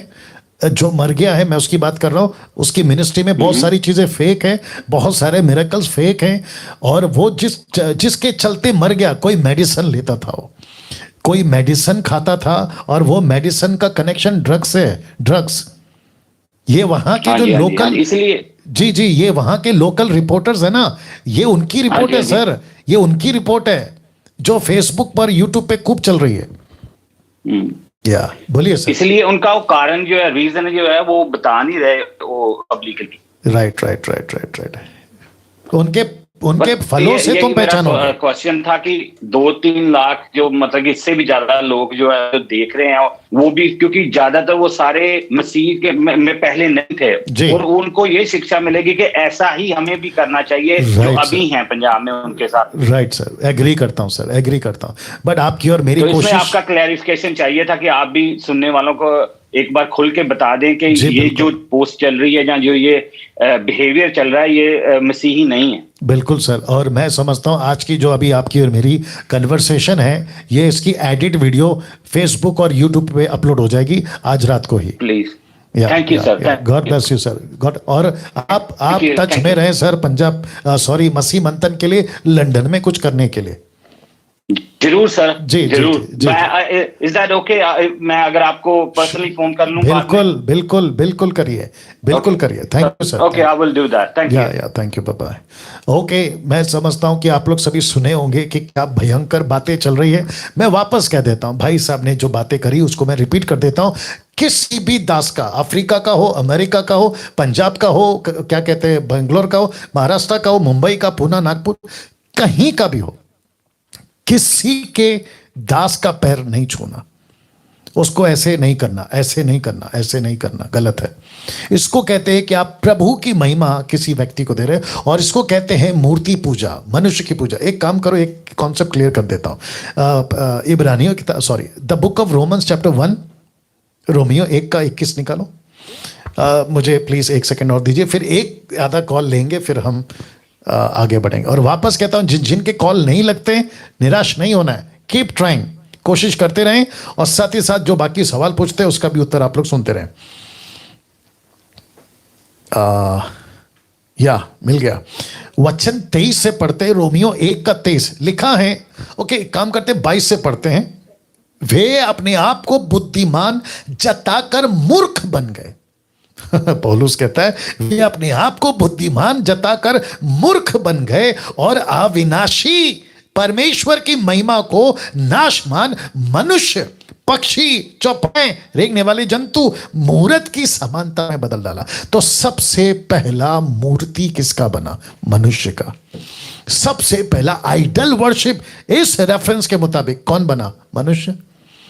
तो जब आप किसी मनुष्य के पैर को छूते ना, आप कहते हैं ना, मेरा ये अपोस्तल है, ही इज माई प्रॉफिट, ये मेरा पापा है, मेरा डैडी है। अरे रे रे रे, इसको कहते हैं मूर्खता, मूर्ति पूजा। मैं इस प्रोग्राम के माध्यम से बहुत कड़क शब्दों में निंदा करते हुए, वो जो भी है, बस नाम यहां तक है, नाम नहीं ले रहे, आगे आप समझदार हैं। ऐसा किसी भी दास दासी को फॉलो मत करो, नहीं तो खत्म। दारू छोड़कर आए थे ना प्रभु के पीछे, नशा छोड़ के आए थे प्रभु के पीछे, मूर्ति पूजा छोड़ के आए थे प्रभु के पीछे, सब कुछ छोड़ के, फिर इसको कहते हैं आसमान से गिरे खजूर में अटके। आप वो सब कुछ छोड़ दिए, पता था गलत है, फिर ये दूसरी गलती क्यों कर रहे हो? और वो भी किसी को खुश करने के लिए। जो मर गया ना नाइजीरिया का, उसकी मिनिस्ट्री टोटल डिफरेंट है। उसको कॉपी करके कुछ लोग अगर कर रहे हैं तो वो भी गलत है। इसलिए यीशु कहता है पेड़ की पहचान फल से है, उनके कामों से तुम उन्हें पहचान लोगे। तो पहचानो ना, परखने की आत्मा दी है, कौन कैसा है, कौन सही है, कौन गलत है, कौन क्या कर रहा है। क्यों आंख बंद करके चल रहे हो? किसी ने मुझे बीच में एक मैसेज किया 777 पे कि आपका प्रचार बहुत अच्छा है, आप बहुत अच्छा बोलते हैं, लेकिन दूसरे सेवकों को आप क्यों गलत बोलते हैं? वो भी तो अभिषेकित हैं। तो फिर मेरा प्रश्न ये है कि जब यीशु डांट रहे थे तो यीशु भी गलत है, पतरस डांट रहे थे तो पतरस भी गलत है, पौलुस डांट रहे थे तो पौलुस भी गलत है। पौलुस तो ये तक कहता है, 1 तिमोथी 5:19 में निकालो जल्दी से, 1 तिमोथी 5:19। पौलुस कहता है ऐसों को एक्सपोज करो। मैं तो कम से कम चर्चा कर रहा हूं। एक्सपोज का मतलब पता है? उनकी फोटो दिखाओ, उनका नाम डालो। कहां लिखा है? कोई दोष किसी प्राचीन पर लगाया जाए तो बिना 2 या 3 गवाहों के ना सुनो। पाप करने वाले को, किसको? प्राचीन को, बिशप को, रेवरेंड को, अपोस्तल को, प्रॉफिट को, पाप करने वालों को सबके सामने समझा दे ताकि और लोगों को भी डर आए। तो इंग्लिश ट्रांसलेशन कहता है expose them front of everyone. ये तो मैं नहीं कर रहा हूं। मैं करना चाहूं तो कर सकता हूं। एक बीच में मुझे वीडियो भेजता है, कहता है कि एक आदमी है माइकल टाइप का, वो आपकी वीडियो बनाता है आपके अगेंस्ट में। अगर इतनी वीडियो बना रहा है तो फिर प्रश्न उठता है कि आप सही है कि गलत है। अगर मैं ऐसा करूं तो मैं 1000 वीडियो बना सकता हूं। तो क्या वीडियो बनाने से कोई तय हो जाता है सही है गलत है? वचन को चेक करो, मेरे प्रीचिंग को चेक करो, मेरे स्टेटमेंट को चेक करो, तब पता चलेगा। और जो अगेंस्ट में वीडियो बनाते उनको देखो, दूध का दूध, पानी का पानी। वाह। नेक्स्ट कॉल जी, अपना प्रश्न पूछिए। सर जेएमसी की सर। जय मसीह। सर मैं रोनी बोल रहा हूँ मलेशिया से। सर मेरा प्रश्न मत्ती की किताब वचन 5वां अध्याय वचन 3 जी, वहां लिखा धन्य है वो जो दिल के गरीब है। ओके। तो सर वो गरीब, सर मैं जानना चाहता हूँ वो गरीब कौन है सर? Okay okay. तो देखिए, आप फिजिकल जो गरीब होते हैं, मतलब जिनके पास पैसा नहीं है, आप वो समझ रहे हैं? तो वैसा नहीं है सर, वो वैसा नहीं। वहां पे लिखा है ना, पढ़ो पढ़ो इंग्लिश में, हिंदी में पढ़ो, इधर लाओ इधर लाओ। ओके, यहां पे लिखा है कि धन्य है जो मन के दीन है, क्योंकि स्वर्ग का राज्य उन्हीं का है। और इंग्लिश ट्रांसलेशन कहता है poor, those who are poor in heart. तो आप पैसों को लेकर बात कर रहे हैं, मतलब स्टेटस को लेकर बात कर रहे हैं, वो गरीबी, या फिर मन के दीन है? मन के सर। हाँ, तो कॉन्सेप्ट क्लियर है ना सर? आपको मन में तो दीन रहना है ना सर? और आपने ग्रुप ज्वाइन कर लिया sir, Malaysia WhatsApp group join कर लिया? जी सर, आज करना है, टाइम ही नहीं मिला। चलो कोई बात नहीं, आराम से कर लीजिए। ओके सर, एक प्रश्न और है मेरा। बोलिए बोलिए बोलिए बोलिए। जी सर, मेरा प्रश्न ये है कि मेरा फ्रेंड है, जैसे कि वो भी विश्वासी है। हाँ। और वो उसका वो कहता है कि जैसे खाने के विषय में बात करनी है सर आपसे मैंने। जी। खाने के विषय में कहता है कि गुरुद्वारे में हम खा सकते हैं। कह रहा है वहाँ कौन सी मूर्ति पूजा होती है, वहाँ मूर्ति पूजा नहीं होती, तो वहाँ का हम खा सकते हैं। ओके ओके ओके, मेरे साथ बने रहें। मूर्ति पूजा, मैंने अभी एक वचन पढ़ा, 23 वचन। मूर्ति पूजा मनुष्य की पूजा करना भी है, पत्थर की पूजा करना भी मूर्ति पूजा है। किसी खुद की चीज को यीशु से बढ़कर चाहना, वो मूर्ति पूजा है ना सर? तो किसने कहा कि आइडल को रखें तो ही मूर्ति है? आप किसी गुरु की पूजा कर रहे हैं, गुरु को समर्पित कर रहे हैं, आप गुरु को फॉलो कर रहे हैं, वो भी तो मूर्ति पूजा है ना सर? जी सर। या ऐसा है, ठीक है? ठीक है sir. Thank you so much sir. आपसे थैंक यू सर, आपसे बहुत कुछ सीख रहे हैं। और मैं उनका बहुत बहुत धन्यवाद करता हूँ जो मसीह मंदिर बैठक में जुड़े हुए हैं। और मैं उनको भी कहना चाहता हूँ जो आपकी वीडियो नहीं सुन रहे, मैं तो उनको बेवकूफ समझ रहा हूँ जो आपकी वीडियो को नहीं सुन रहे हैं, क्योंकि मैंने जो और है मैंने उनको भी सेंड किया, आपकी वीडियो सुन ही रहे थे, तो उल्टा मुझे बोल रहे हैं तुम मत इसको सुन, तुम मत इसको सुन। तो मुझे तो अफसोस है इन लोगों पर कि यार तुम अच्छी शिक्षा को आप ठुकरा रहे हो। तुम जो चीज मिलेंगे। God bless God bless. Now मैं और कॉल नहीं ले सकता हूं क्योंकि टाइम हो चुका है, और 8 से लेके 9:30 बजे तक ये प्रोग्राम चलेगा। आज कौन सा दिन है? कौन सा दिन है? डे ओके तो कल सैटरडे, कल लास्ट है इस वीक का, क्योंकि उसके बाद परसों संडे है तो ऑनलाइन हिंदी चर्च चलेगा। तो कल लास्ट है इस वीक का, उसके बाद फिर कंटिन्यू होगा। और मैं वापस कहता हूँ, मैं तब तक करता रहूँगा जब तक आपके प्रश्न खत्म नहीं हो जाते। सो यहाँ पर मैं विदा लेना चाहूँगा। परमेश्वर ने सहायता की है और मैं जानता हूँ कि वही परमेश्वर आपकी भी सहायता करेगा। और कल ठीक 8 बजे फिर मुलाकात होगी। आप लोगों के सवाल और पवित्र आत्मा जो मेरे द्वारा आप लोगों को समझाता है, जवाब के साथ। अपना ख्याल रखें और खूब शेयर करें, वीडियोस को खूब शेयर करें, एडिट वीडियो को भी खूब शेयर करें। जैसे अभी भाई ने भी कहा कि मैं शेयर करता हूं, उसकी चिंता मत करो जो विरोध में बात करते हैं। ये तो हो गए, हाथी चले बाजार कुत्ते भौंके हजार, ये तो आप जानते ही हैं। उसकी चिंता मत करिए, प्रभु का काम करना है। Take care, God bless all.